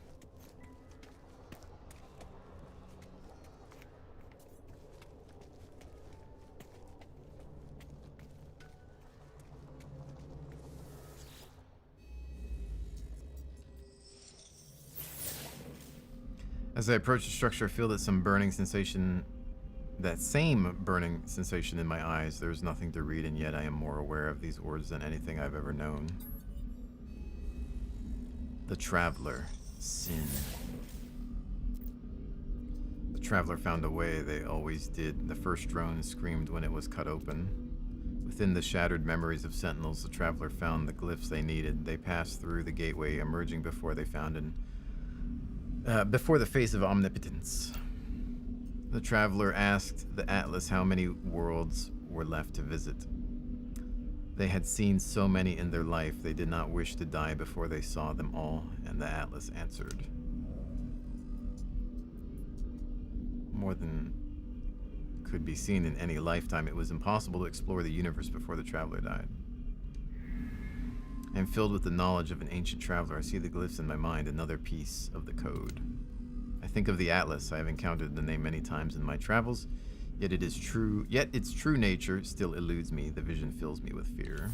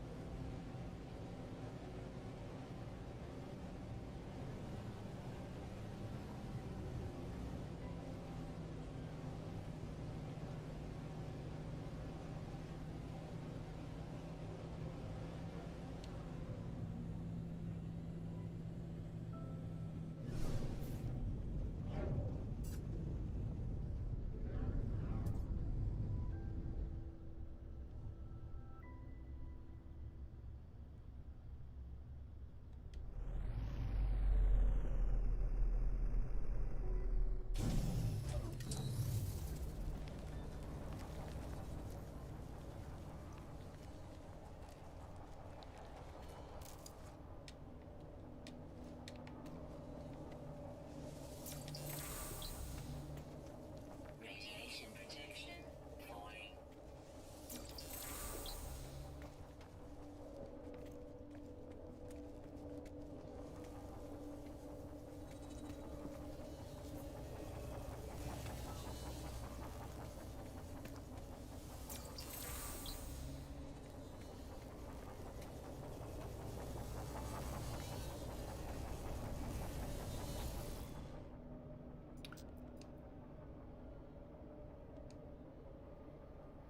Everything here is tinted with that same red, the same unobservable crimson that fills my vision when I blink. I can only hope this structure holds the final glyphs, that my trial at these ruins is nearly over.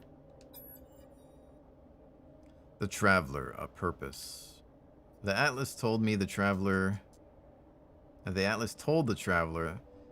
they were the first of their kind, that a multitude would follow. Each would be endowed with the same noble soul, each able to travel from planet to planet in eternal solitude. The first traveler rejected the gifts of the Atlas. This was not what they hoped for. What was the purpose of infinity if you could not see it all, if you were alone, if you would one day die? The first traveler cursed the Atlas and claimed that they would find a way to survive no matter the cost. All of these worlds, all of time itself, it will be for the travelers to witness. Filled with the knowledge of an ancient traveler, I see the final glyphs in my mind, the final portion of the code.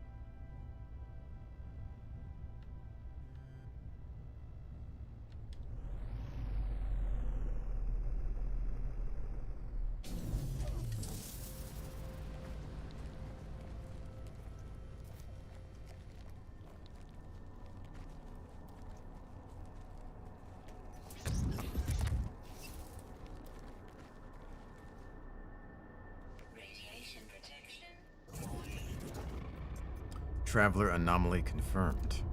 Breach. Breach. Breach. I approach the portal. I think of every passing thought and idle wish that led me to this moment.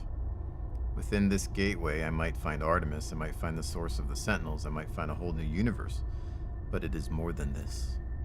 This is not fate. I am making a choice, a leap of faith that somewhere out there in the dark I will find who I am meant to be.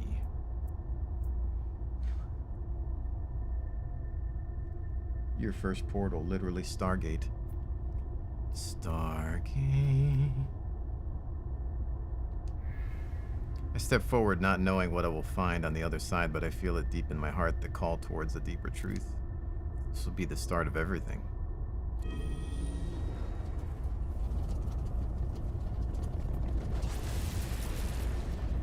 It is a Stargate. It did the effect.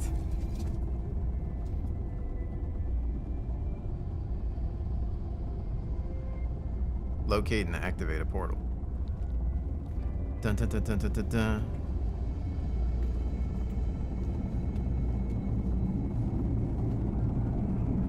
Oh, I need to take a screenshot first. And heal myself. Technology recharge.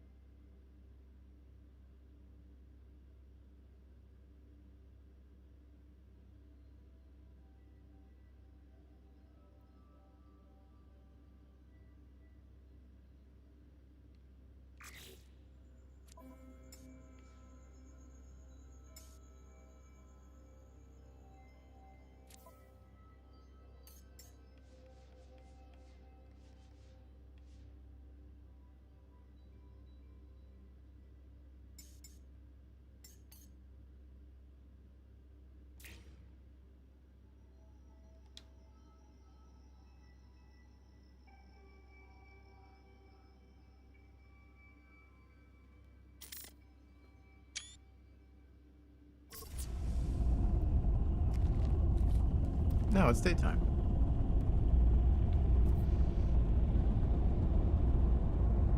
Yeah, the flush effect was totally Stargate. They don't have a copyright on it. There's no patent unless they somehow patent a visual effect. It's not really.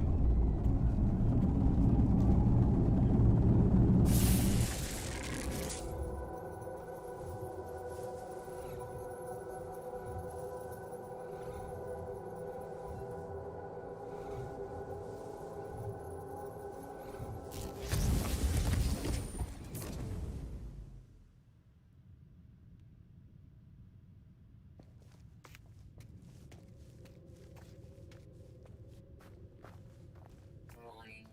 Hostile system. Hostile system.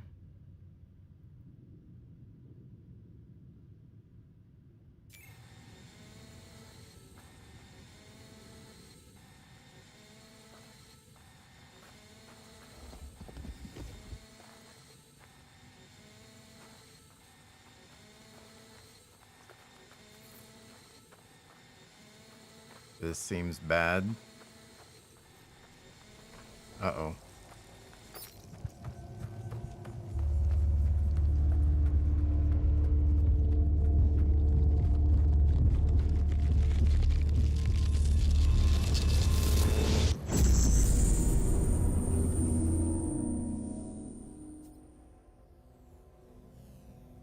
Speak with the Atlas.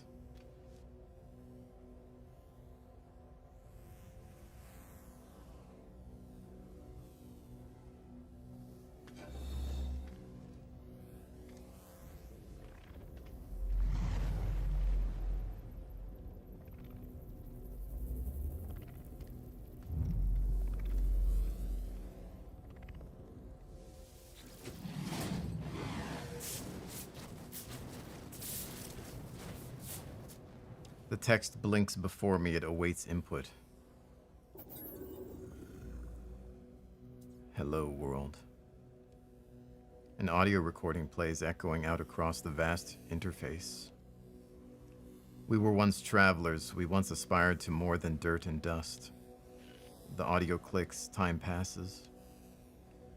Show me a world, Atlas. Show me something no one has ever seen before. The voice ends. The interface grows still and silent. It awaits a command. Perform diagnostic. Has been many years since the last diagnostic. 64% of the world's operating within expected parameters. Actionable observations awaiting analysis. Subroutine Sentinel status error null value. Subroutine glass status operational. 4,000 breach attempts. Subroutine traveler status operational. 458 critical error warnings. Exo mine structural integrity compromised. Immediate repairs required. Initiate personality interface. Sure, we've come this far.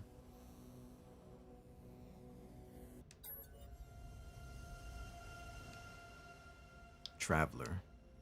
Reality fades, everything does. My body, my voice, my soul, all of it speaks to me. The Atlas stands before me in all its might. I want to ask about Artemis. I want to find them, but something is happening to me. I need to get out of here. I need to rejoice. I try to rejoice, but I have no body, no spirit.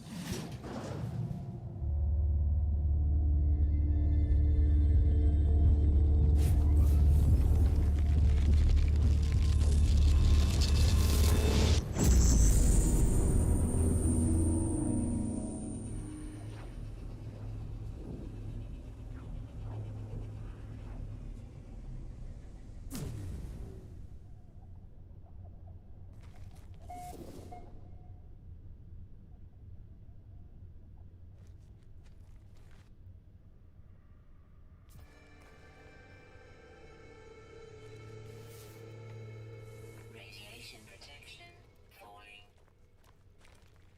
Commencing Atlas system suit visualization. Locate and board your starship.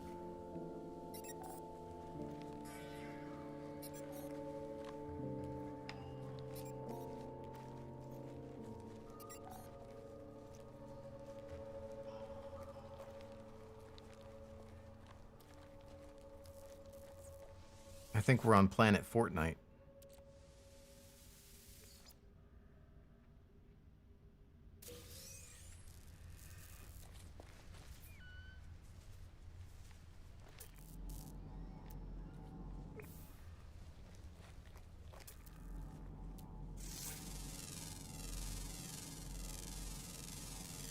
Units received.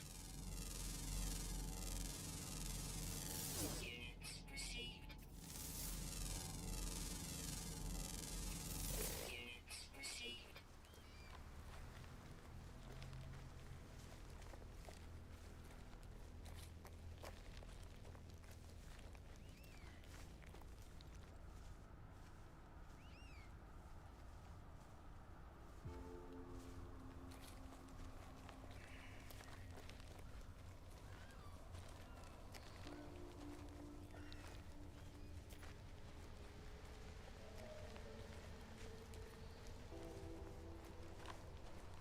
Radiation protection falling.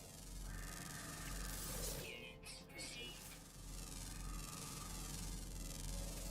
Units received.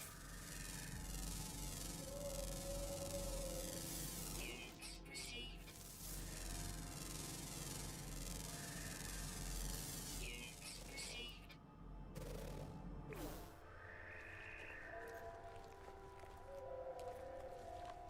So, where the hell are we?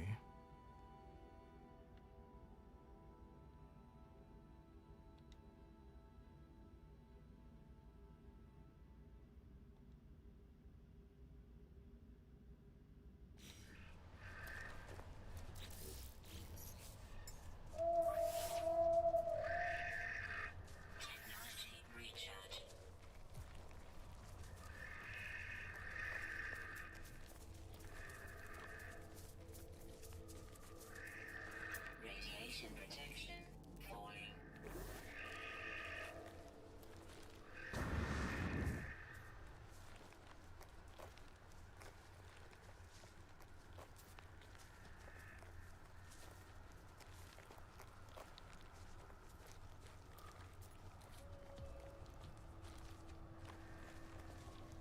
I mean, I imagine I could just call my starship to me as well, but I'm kind of looking around at all this craziness.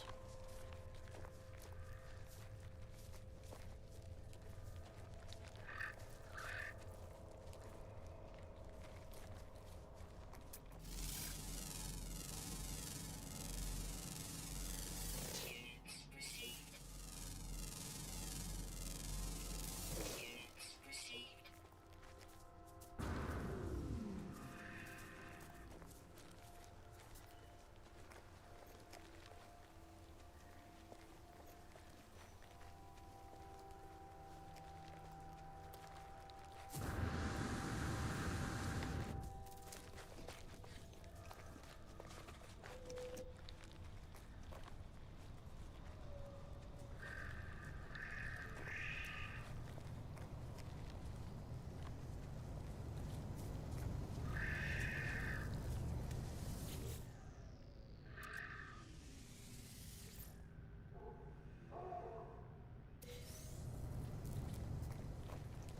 Radiation protection falling.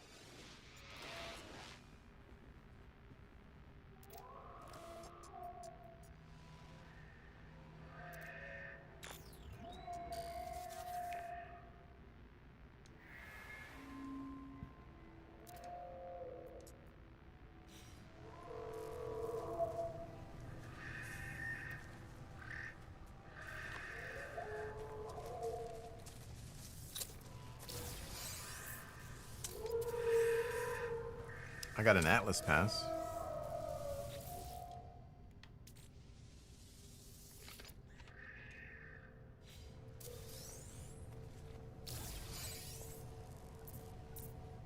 Oh no, that's Atlas pass required. Never mind. Wait, I thought. I clicked on that. I thought it said I got one. But...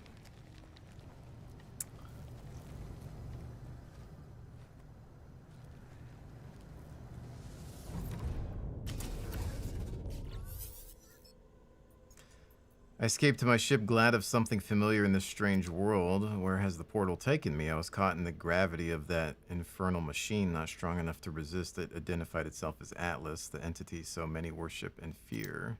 I saw no sign of Artemis, no trace of the Sentinels. Why did I even step through that gateway? Why did I follow this path? Because I can.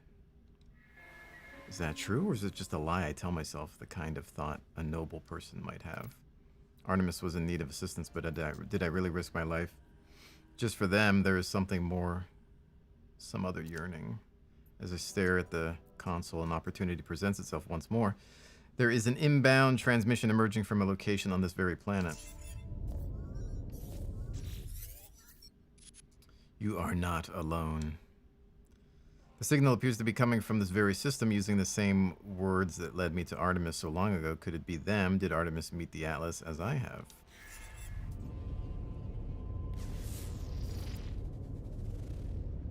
Starship received mysterious signal echo. Locate the source of the mysterious distress signal.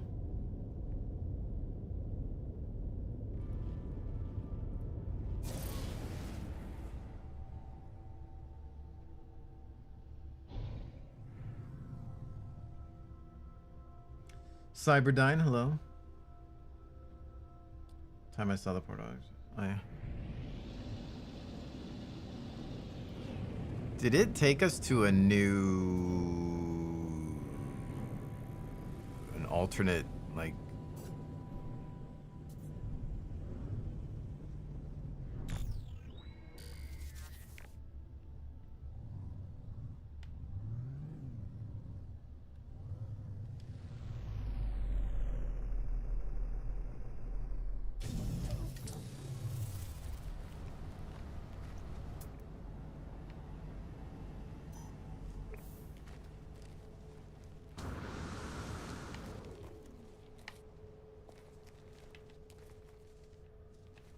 Radiation protection falling.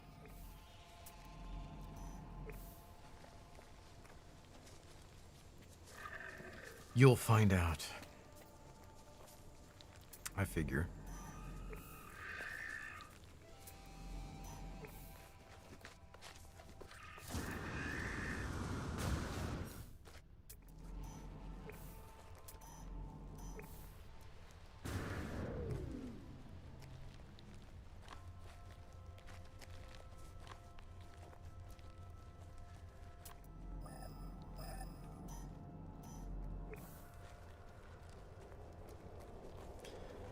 I'm not, again, a lot of times I'll just say things out loud because I'm just talking to myself, like, you know.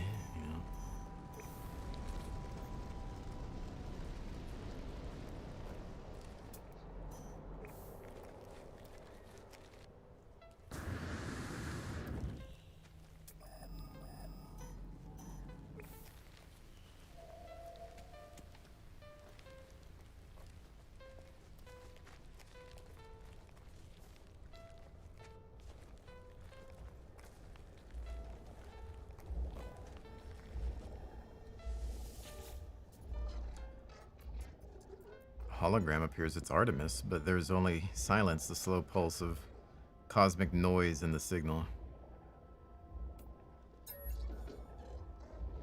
If Artemis can hear me, they make no sign, the hologram just stares. It's strange, but I feel a sense of deja vu as if I've been here before, right at this very moment. As I move closer, the Artemis projection begins to speak their words, punctuated by a strange static. They came, watched closely, machines, murderers against the voice falls silent, the projection looks at me, something is very wrong. I scan the hologram, it bears the exact same signature as every other transmission I have received from Artemis. There's no ulterior source for the signal, everything they have said appears to have come from right in front of me. As I stand here, Artemis begins to speak. Where are called from but still beloved anomaly they? Nada, Polo watching us, tracking. Mistake, abandoned, but it wasn't. Through the portal, please don't trust. I am afraid. I'm afraid, aren't. Projection fizzles away to mere static. This echo is all that is left of the entity known as Artemis, a grave of glitched data trapped in a sunless reality. My friend is dead.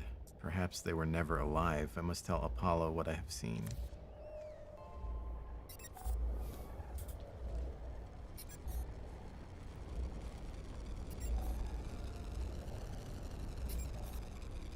Radiation protection falling.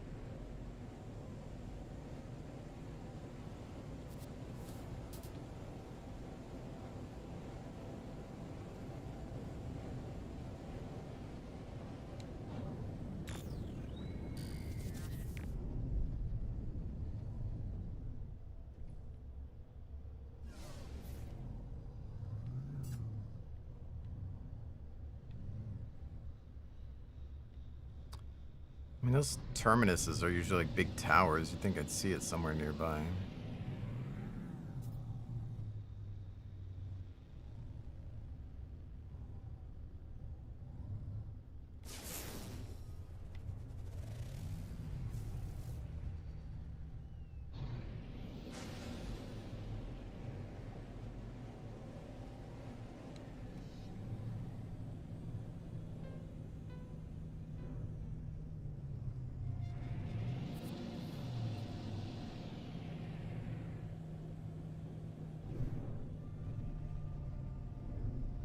Oh, there it is. It's over there.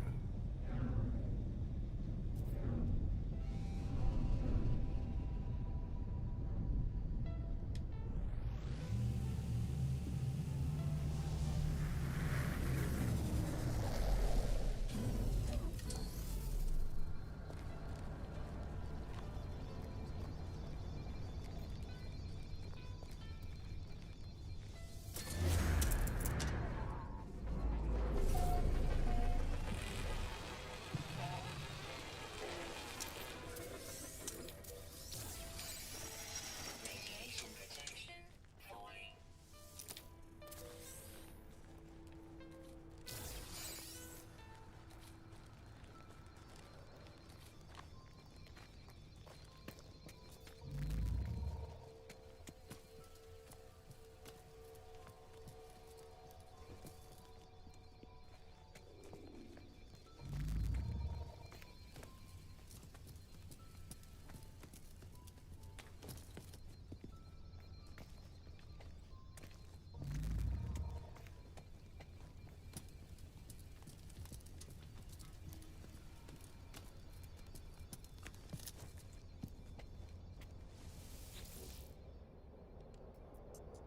Network compromised. Manual override required. There are no signal matches for Artemis or Apollo. The terminal is a stream of warnings and errors. Let's just see some new frequency shimmers into being.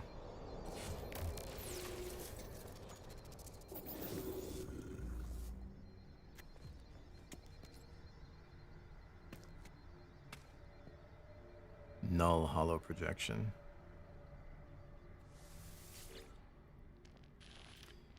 You are not alone. So I've heard. Tell me, what's the point of living if we know that life will finish? Ask who they are. Suggest death does not erase life. Suggest we improve the lives of others. Say you do not know. You refuse to answer. That's answer enough, I suppose. I know you, traveler. I know where you've been. I know where you're going. What if I told you that Artemis could be saved? What if I told you that Artemis could live once more after a fashion? What would you do then, I wonder? Say you need to know more. A skeptic. Well, Artemis was already dead. Your journey to save them has failed. What do you have to lose? The blood of Artemis is data. The heart its glitch. I can help you retrieve them both. We require a mind arc, a receptacle for their soul. Can you do that for me? I am reactivating Artemis's frequency. Speak with them when you are ready. The stranger offers me blueprints for something they call the mind arc, a device that they claim will allow me to restore Artemis to life. Except not knowing what this stranger is or how they possess such knowledge of my adventures. But if there is a chance that I can help Artemis, I'll take it. Mind arc. I'd be like, all right, I'm out.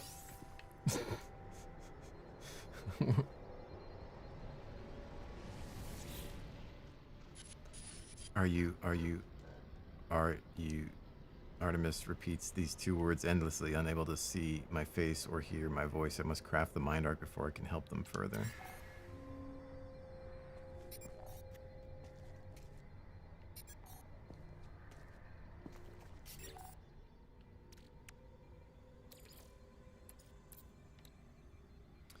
Soul engine.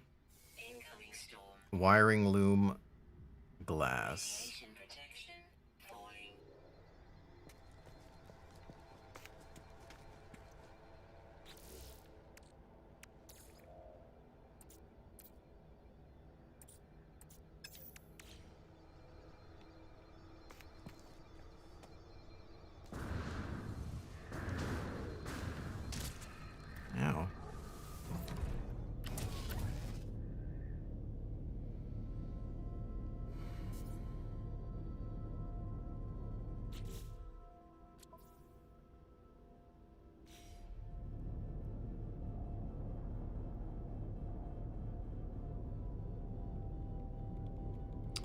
Well, hyperdrive upgrade required to locate cadmium. Purchase starship upgrades based on anomaly in space. Summons anomaly. We have to create the mind arc. I feel like it put us in a different galaxy or something.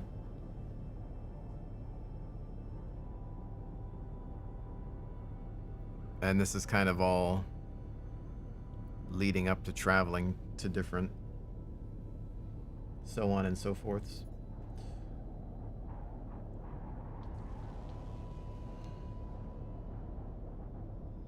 Time to upgrade your hyperdrive. Unless you still have enough cadmium, you'll need hyperdrive upgrades now.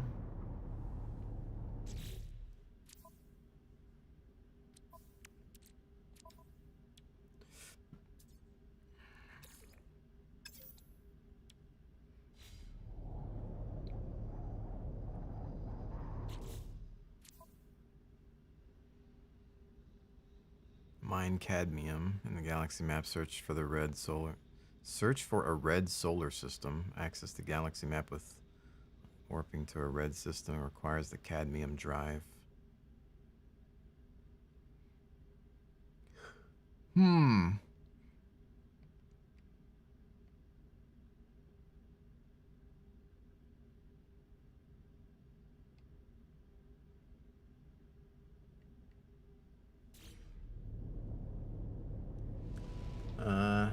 Just a different part of the galaxy. You can always use station portals to return to other systems.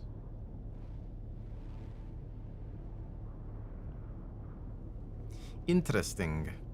I need to AFK. A few minutes. I'll be right back though. Weather update. Storm clearing.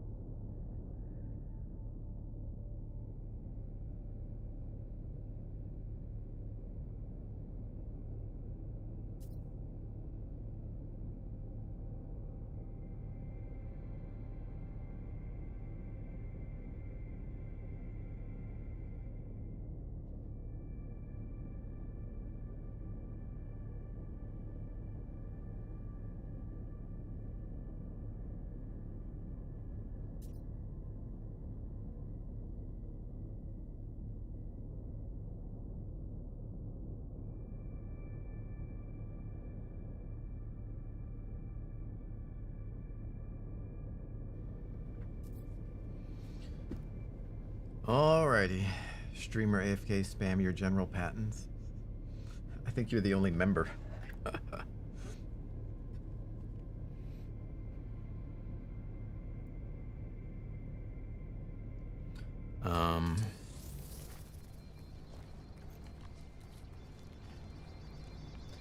Yeah, YouTube memberships are not as prevalent as Twitch subs, it seems. But I think part of the reason for that is because on Twitch, at least if you had an Amazon Prime account, you could use a free Prime sub. And since YouTube doesn't have anything similar, it's hard to...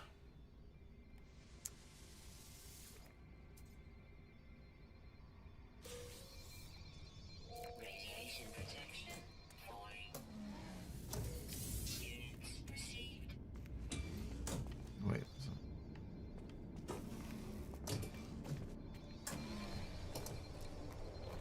It's up to me.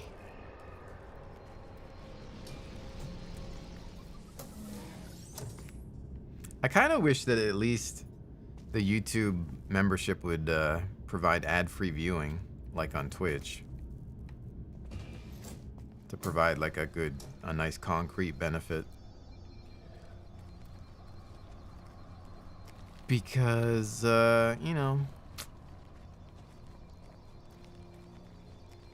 that stuff is helpful. Radiation protection. I don't really care about those, I don't think, right now.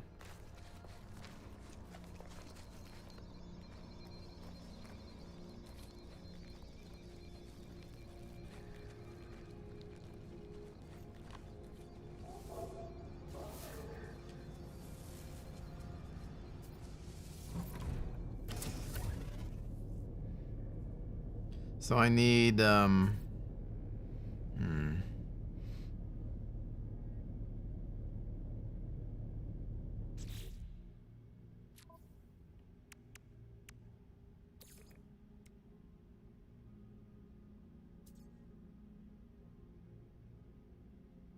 have cadmium on my freighter.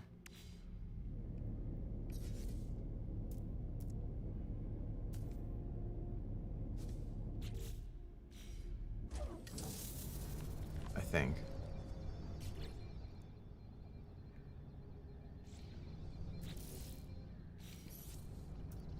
But as far as the other stuff, Radiation protection falling.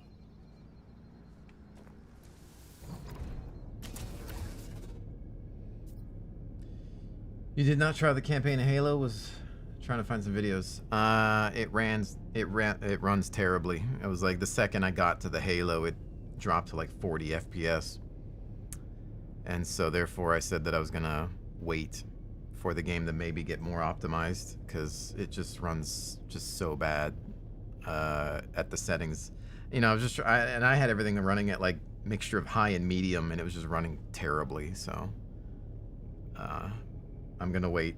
There hasn't been a single patch since release, and with the holidays coming up, they're gonna take time off. So I don't know when they're gonna update the game. I'm kind of pissed off about it because I spent $60 on the game and can't enjoy it because it just runs just like garbage compared to other games that I feel look better.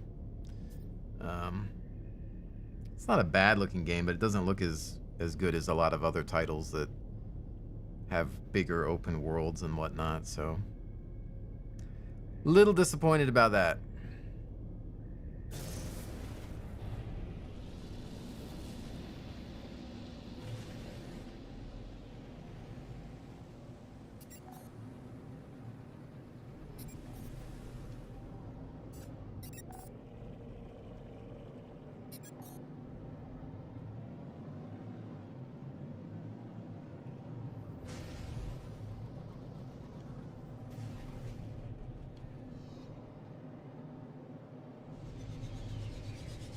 I was hoping to watch some videos of that, but yeah, I mean, obviously there are other people that have played through it at this point that have just beefier systems, or people that are willing to lower their graphics even more. But I didn't want to put everything... The only way I could get 60 FPS was if I put everything on low.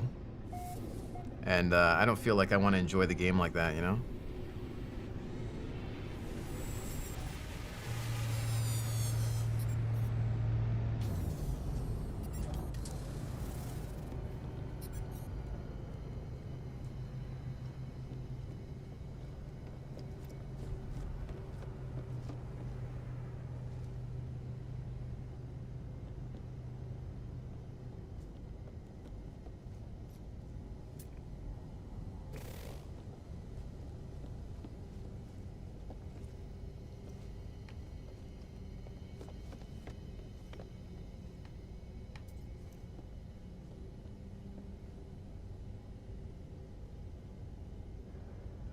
in the separate closed off missions.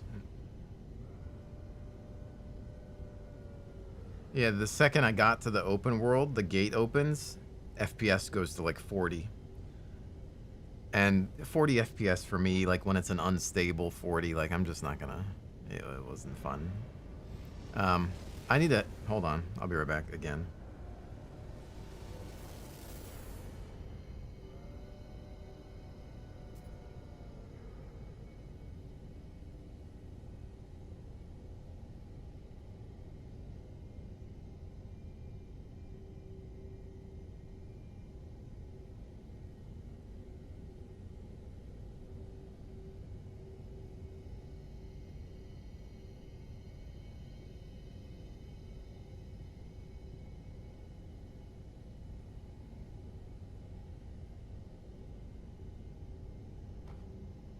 All right.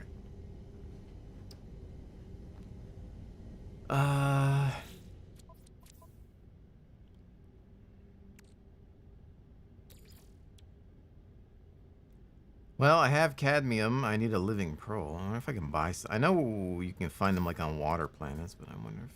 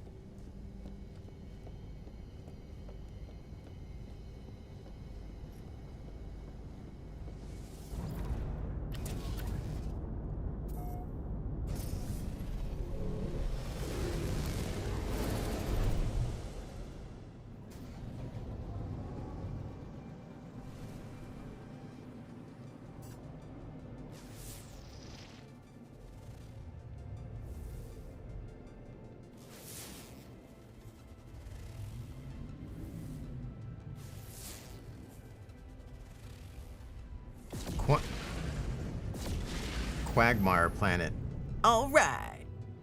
Giggity.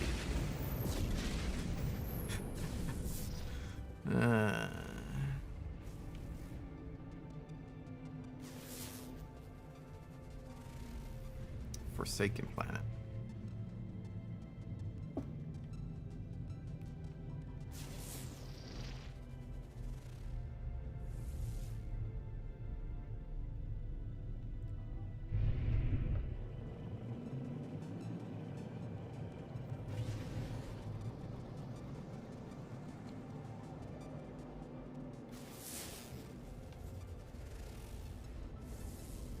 Why am I not getting a pop-up on that?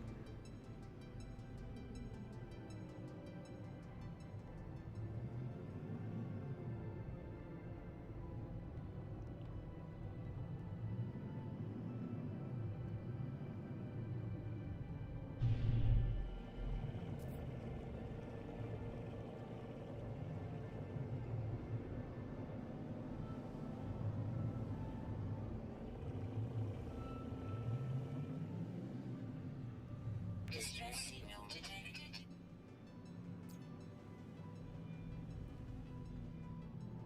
Hostile ships approaching.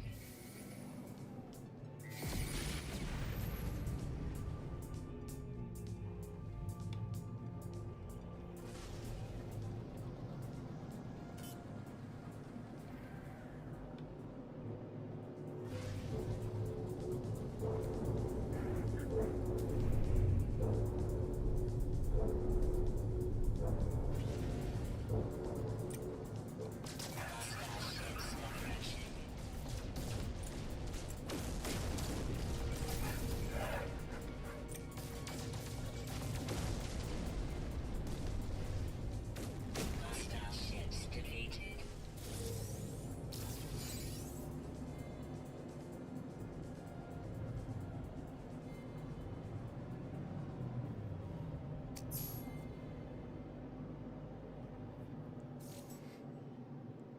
I'm a legend.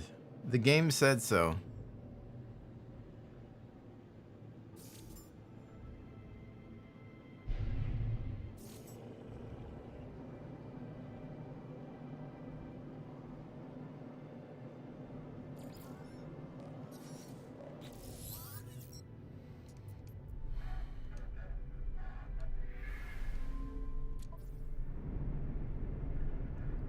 Support specialist.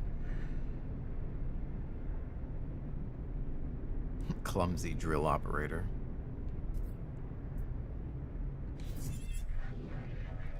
Can't afford a frigate anyway.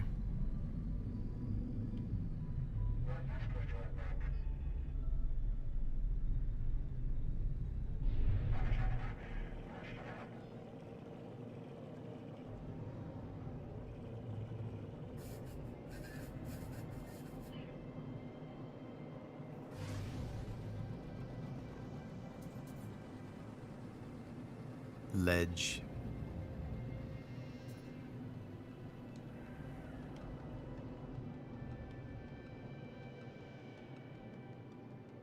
Legend, mate. Why can't I scan these planets?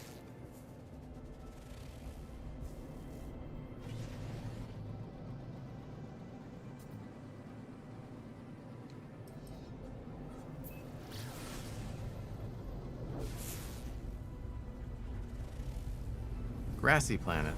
Oh!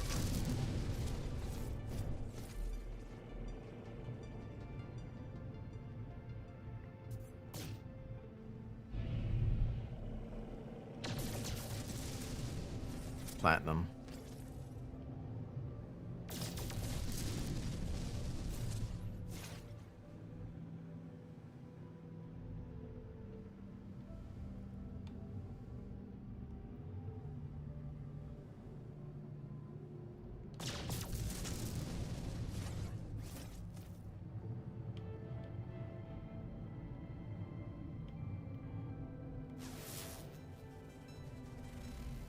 Boiling planet.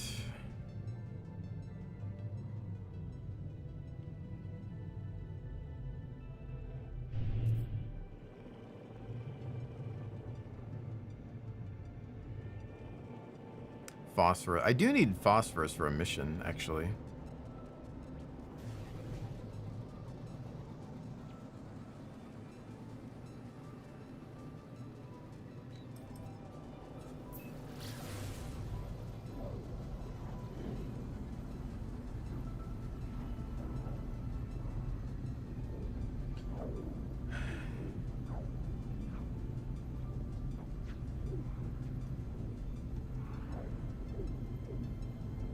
Time is 4.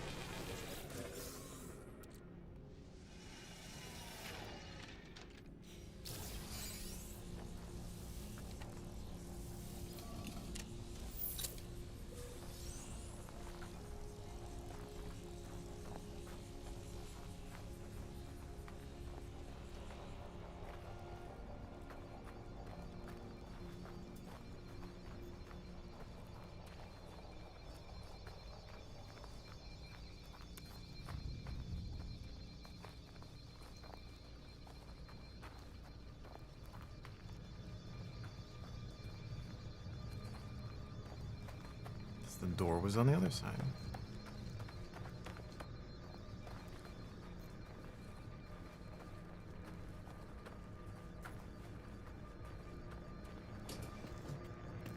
Temperature levels stabilizing.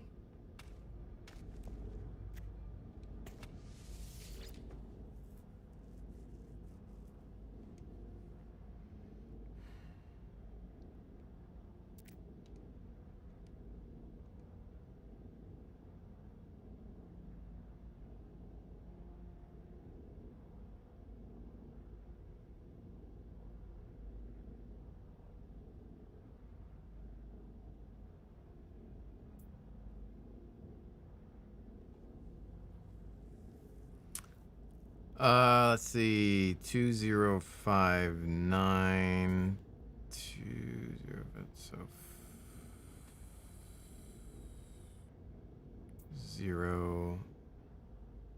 0592, I think.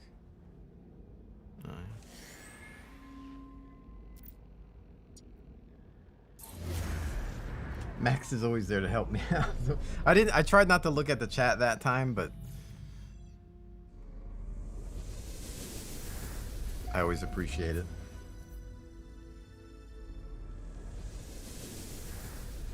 I was gonna say, okay, let me see if I can figure it out first, and then I'll look at the chat.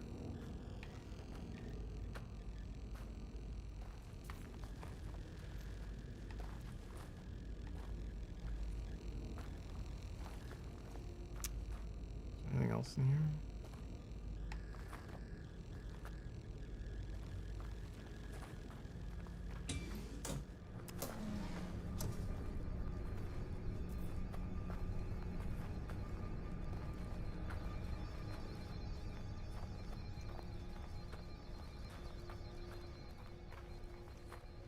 Thermal protection falling.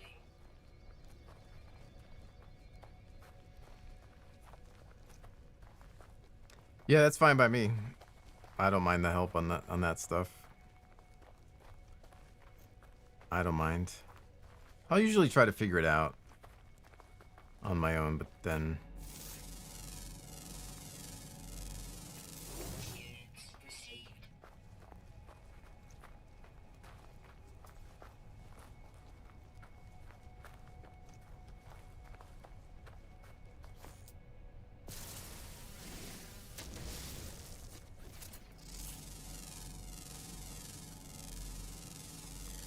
Units received.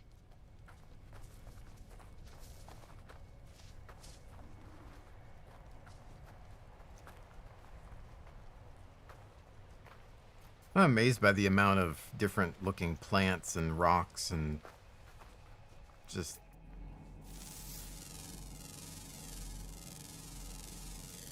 Units that received. this game comes up with. Units received.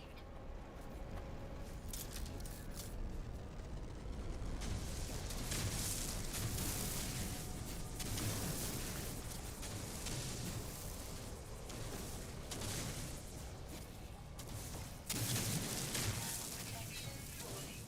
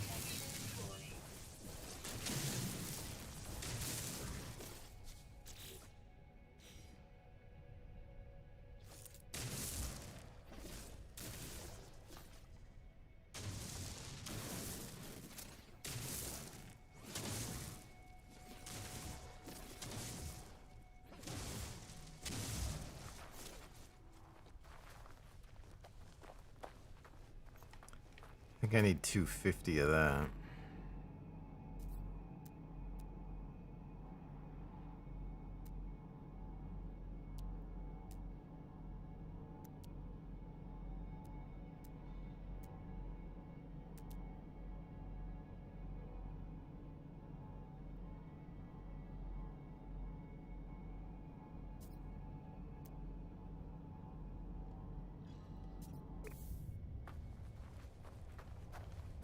Oh no, that just tagged the same one.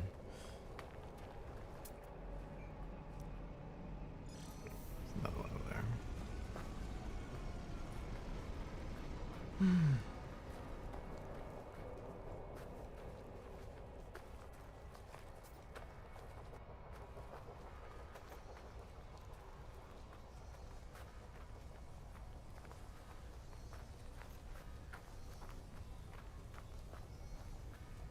Thermal protection falling.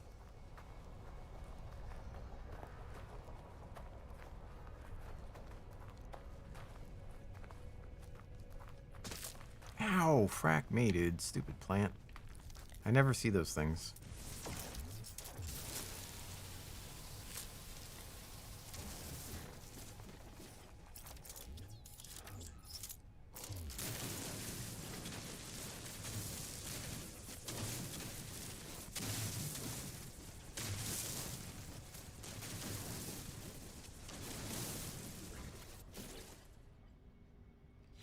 I believe that's all I need for that mission.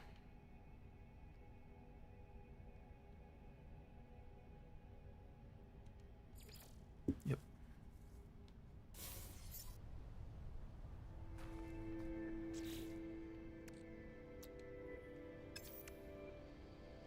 Thermal protection falling.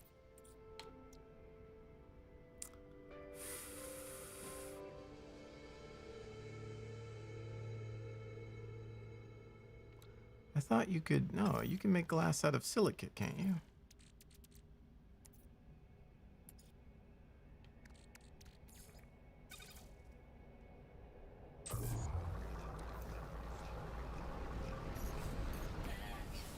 Navigational data received.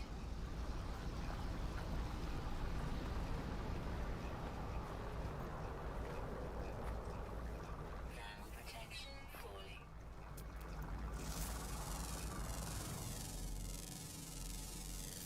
Units received. Units received. And that one thing wants 3 glass. I have 2.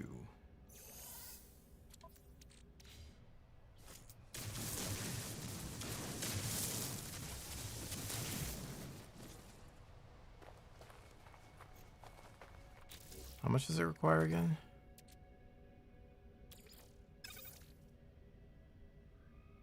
To make 1 glass?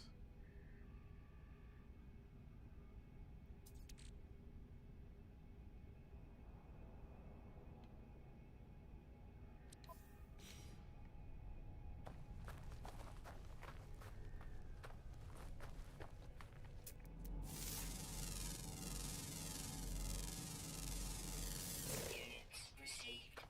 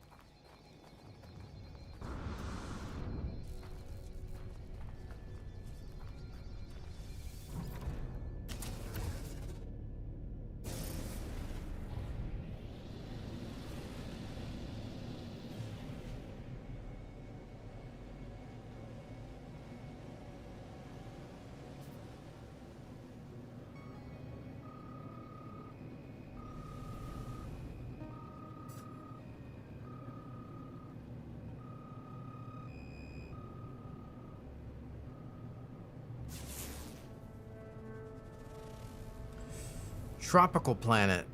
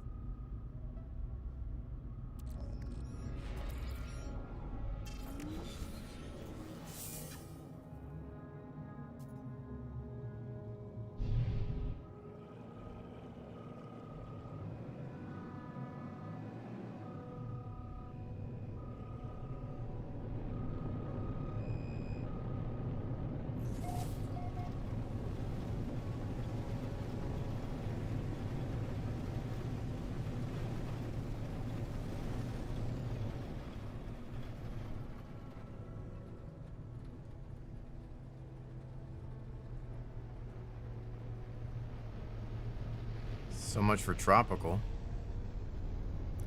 At least not this part of the planet.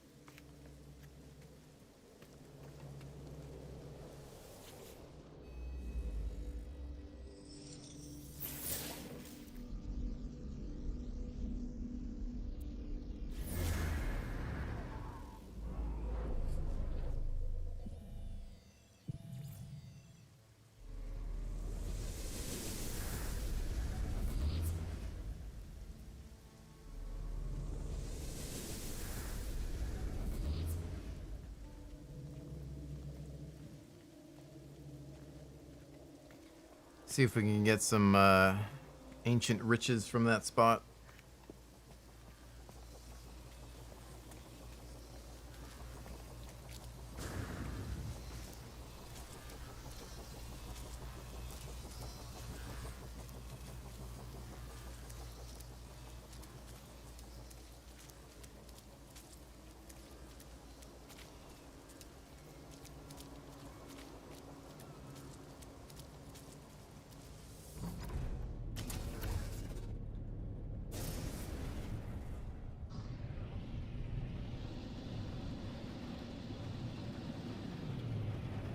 Rich stuff, Mikey, rich stuff.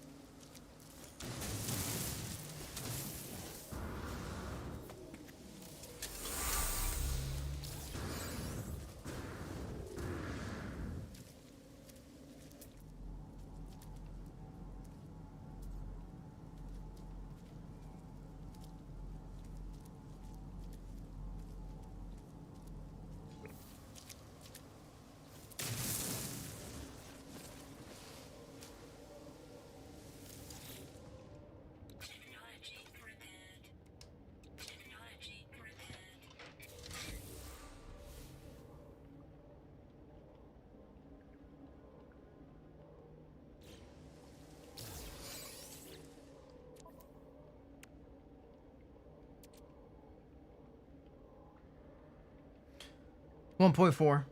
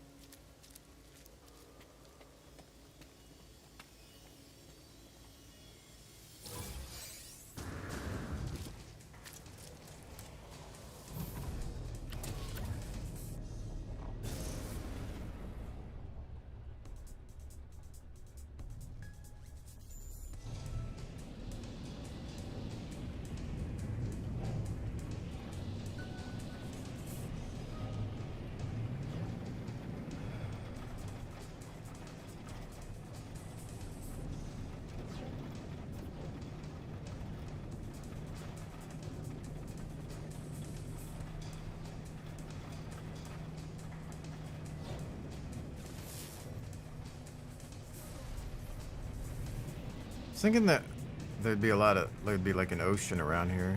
See if I can find one of those pearls while I'm here.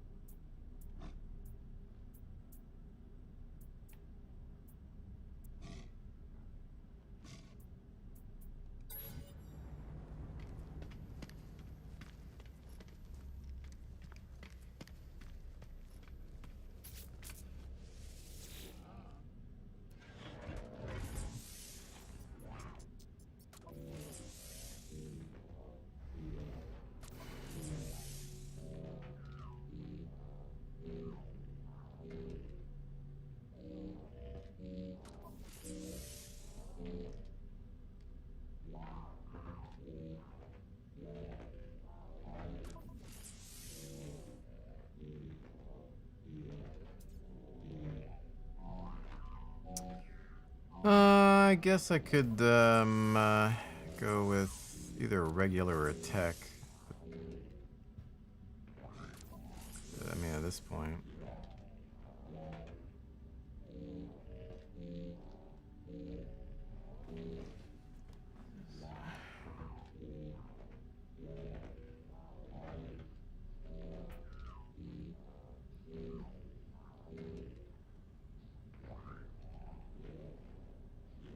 I mean, if I go tech, I could put one of these things in it that I'm using at the moment. I don't even know if I need all this, but put that there, I suppose. I don't know if it really matters at this point.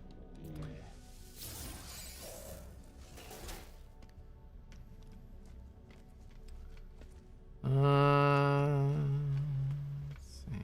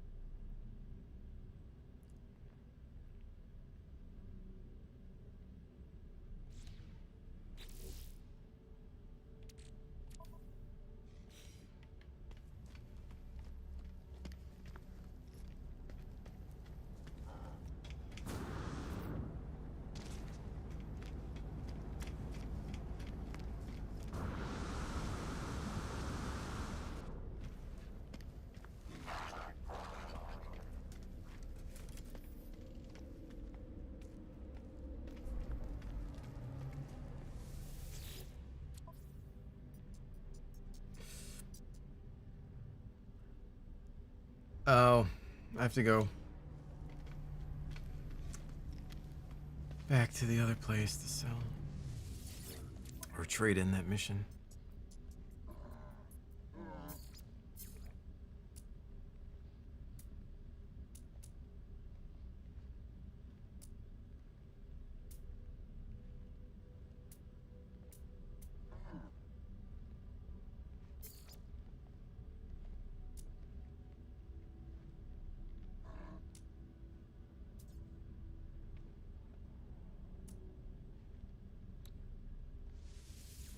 Unit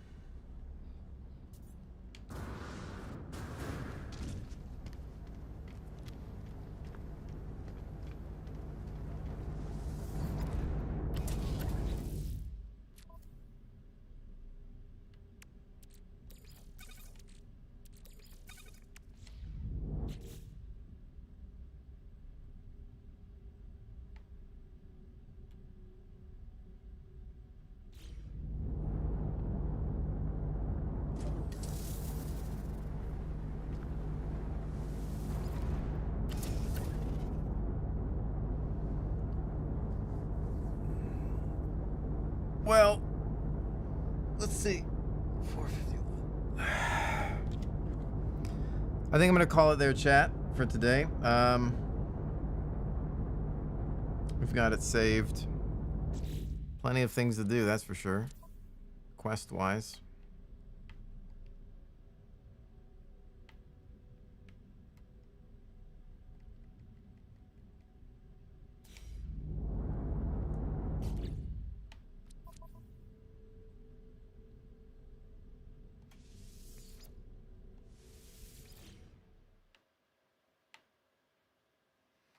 Cool. Saw some cool things, though. I do appreciate everybody hanging out. Hopefully you had a good time. And I might be back tomorrow. I'm not sure yet, because obviously we got some